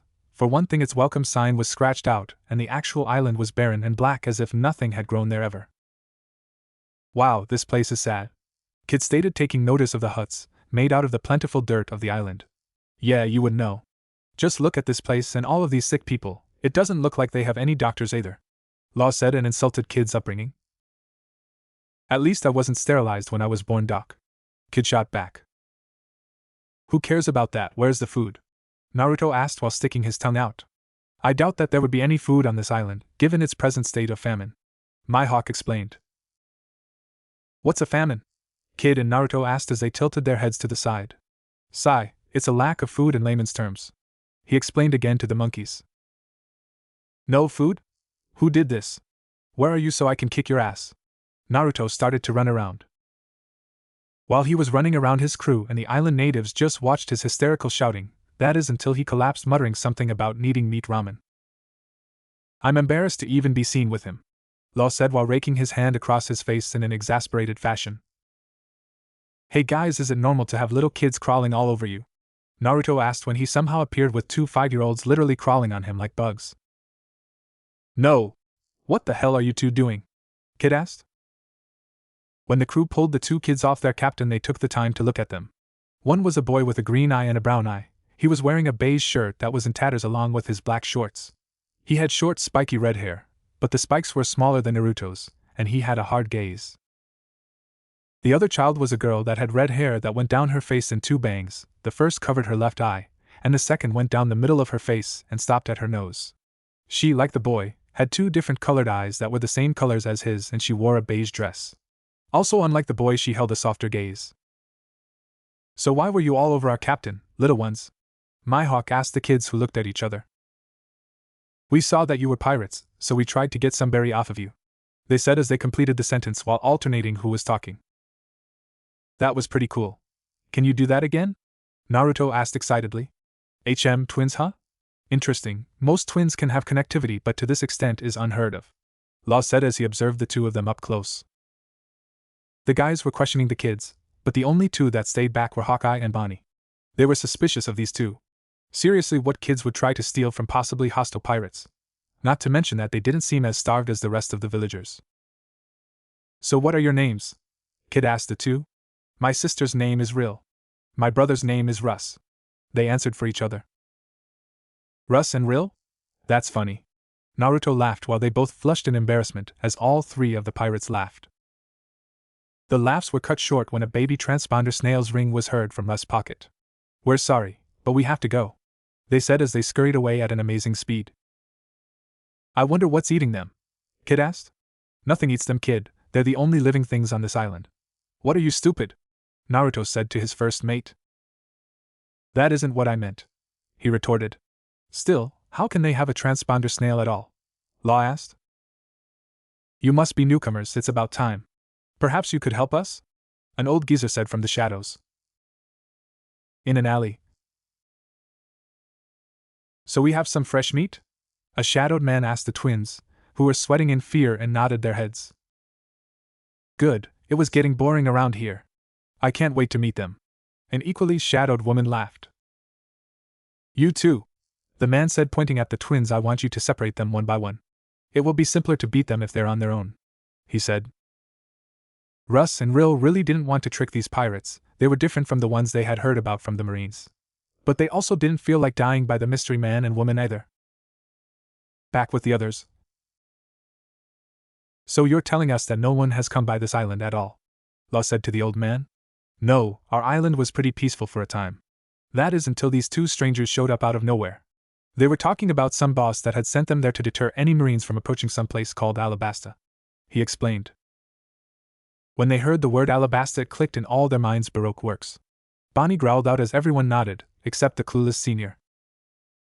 Anyway, those 2 came, a man and a woman. They said they were taking over. We didn't believe them at first, but that woman, she did something to the island. All she did was place her hand on the ground, and the next thing we knew, the island was dead. So we had no choice but to give in to their demands. Those 2 kids, he would have continued if Naruto didn't run off. Where are you, Baroque jerks? It's all your fault that there isn't any food, he yelled throughout the island. Don't mind him, he's eccentric. Could you continue? Law asked. And that's their story? The old man finished. After the initial shock of Naruto's outburst, he continued the story without them.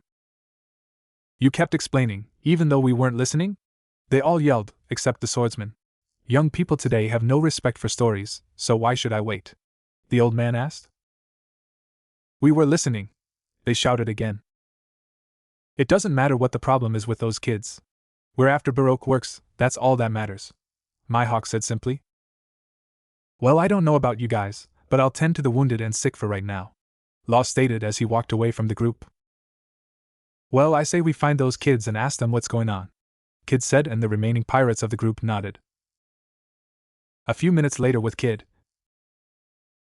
the pirates decided to split up to find the twins. Geez, they're good at disappearing, Kid said in a frustrated tone. The flame-haired pirate then caught a glimpse of what he believed was Russ entering an alley. Hey, Kid! Kid yelled to him, and made the wise decision to follow him. When Kid turned into the alley, he felt someone touch his chest, and he blacked out. With Bonnie. The female cook was searching high and low, leaving no stone unturned in order to find her captain. Instead of finding the children, Bonnie thought find her man was more important. After all, the guys could handle the search themselves, right? Naruto, where are you? She called for the blonde that had somehow disappeared without a trace, despite the commotion he was making. You can never find him when you need him. She puffed out her cheeks in a pout, but suddenly a very familiar form ran by her that she recognized as her captain. Hey, wait up! She called to him and chased after him. Eventually, she caught up to him, but was shocked to see that he seemed to be made out of chrome. Before she could question it, a glob of liquid trickled onto her shoulder and encased her in a dome.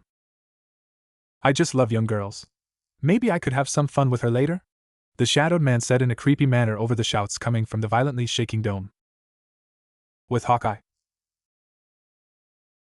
The swordsman of the galactic pirates felt something amiss on the island, and his time on the crew has proven that whenever he got this feeling, his crew was in danger. Luckily for him, he got a hold of the twins. Now, why don't you tell me where my crew is? He asked the two guilty-looking kids. Well, they've probably been captured by now, they answered. Normally that would be troubling, but with this crew I'm sure they can handle these Baroque Works agents, he said, and started to walk away. Aren't you going to help them? They asked, worried and confused by his actions. No, they need to grow more without me there to save them. Right now I'm the strongest on the crew, he said seriously. That's all the more reason to help, the twins pleaded to him. Don't worry, they're getting there. Pretty soon I'll just be one of the strongest on the crew. He smirked as headed toward the ship to wait for his crew's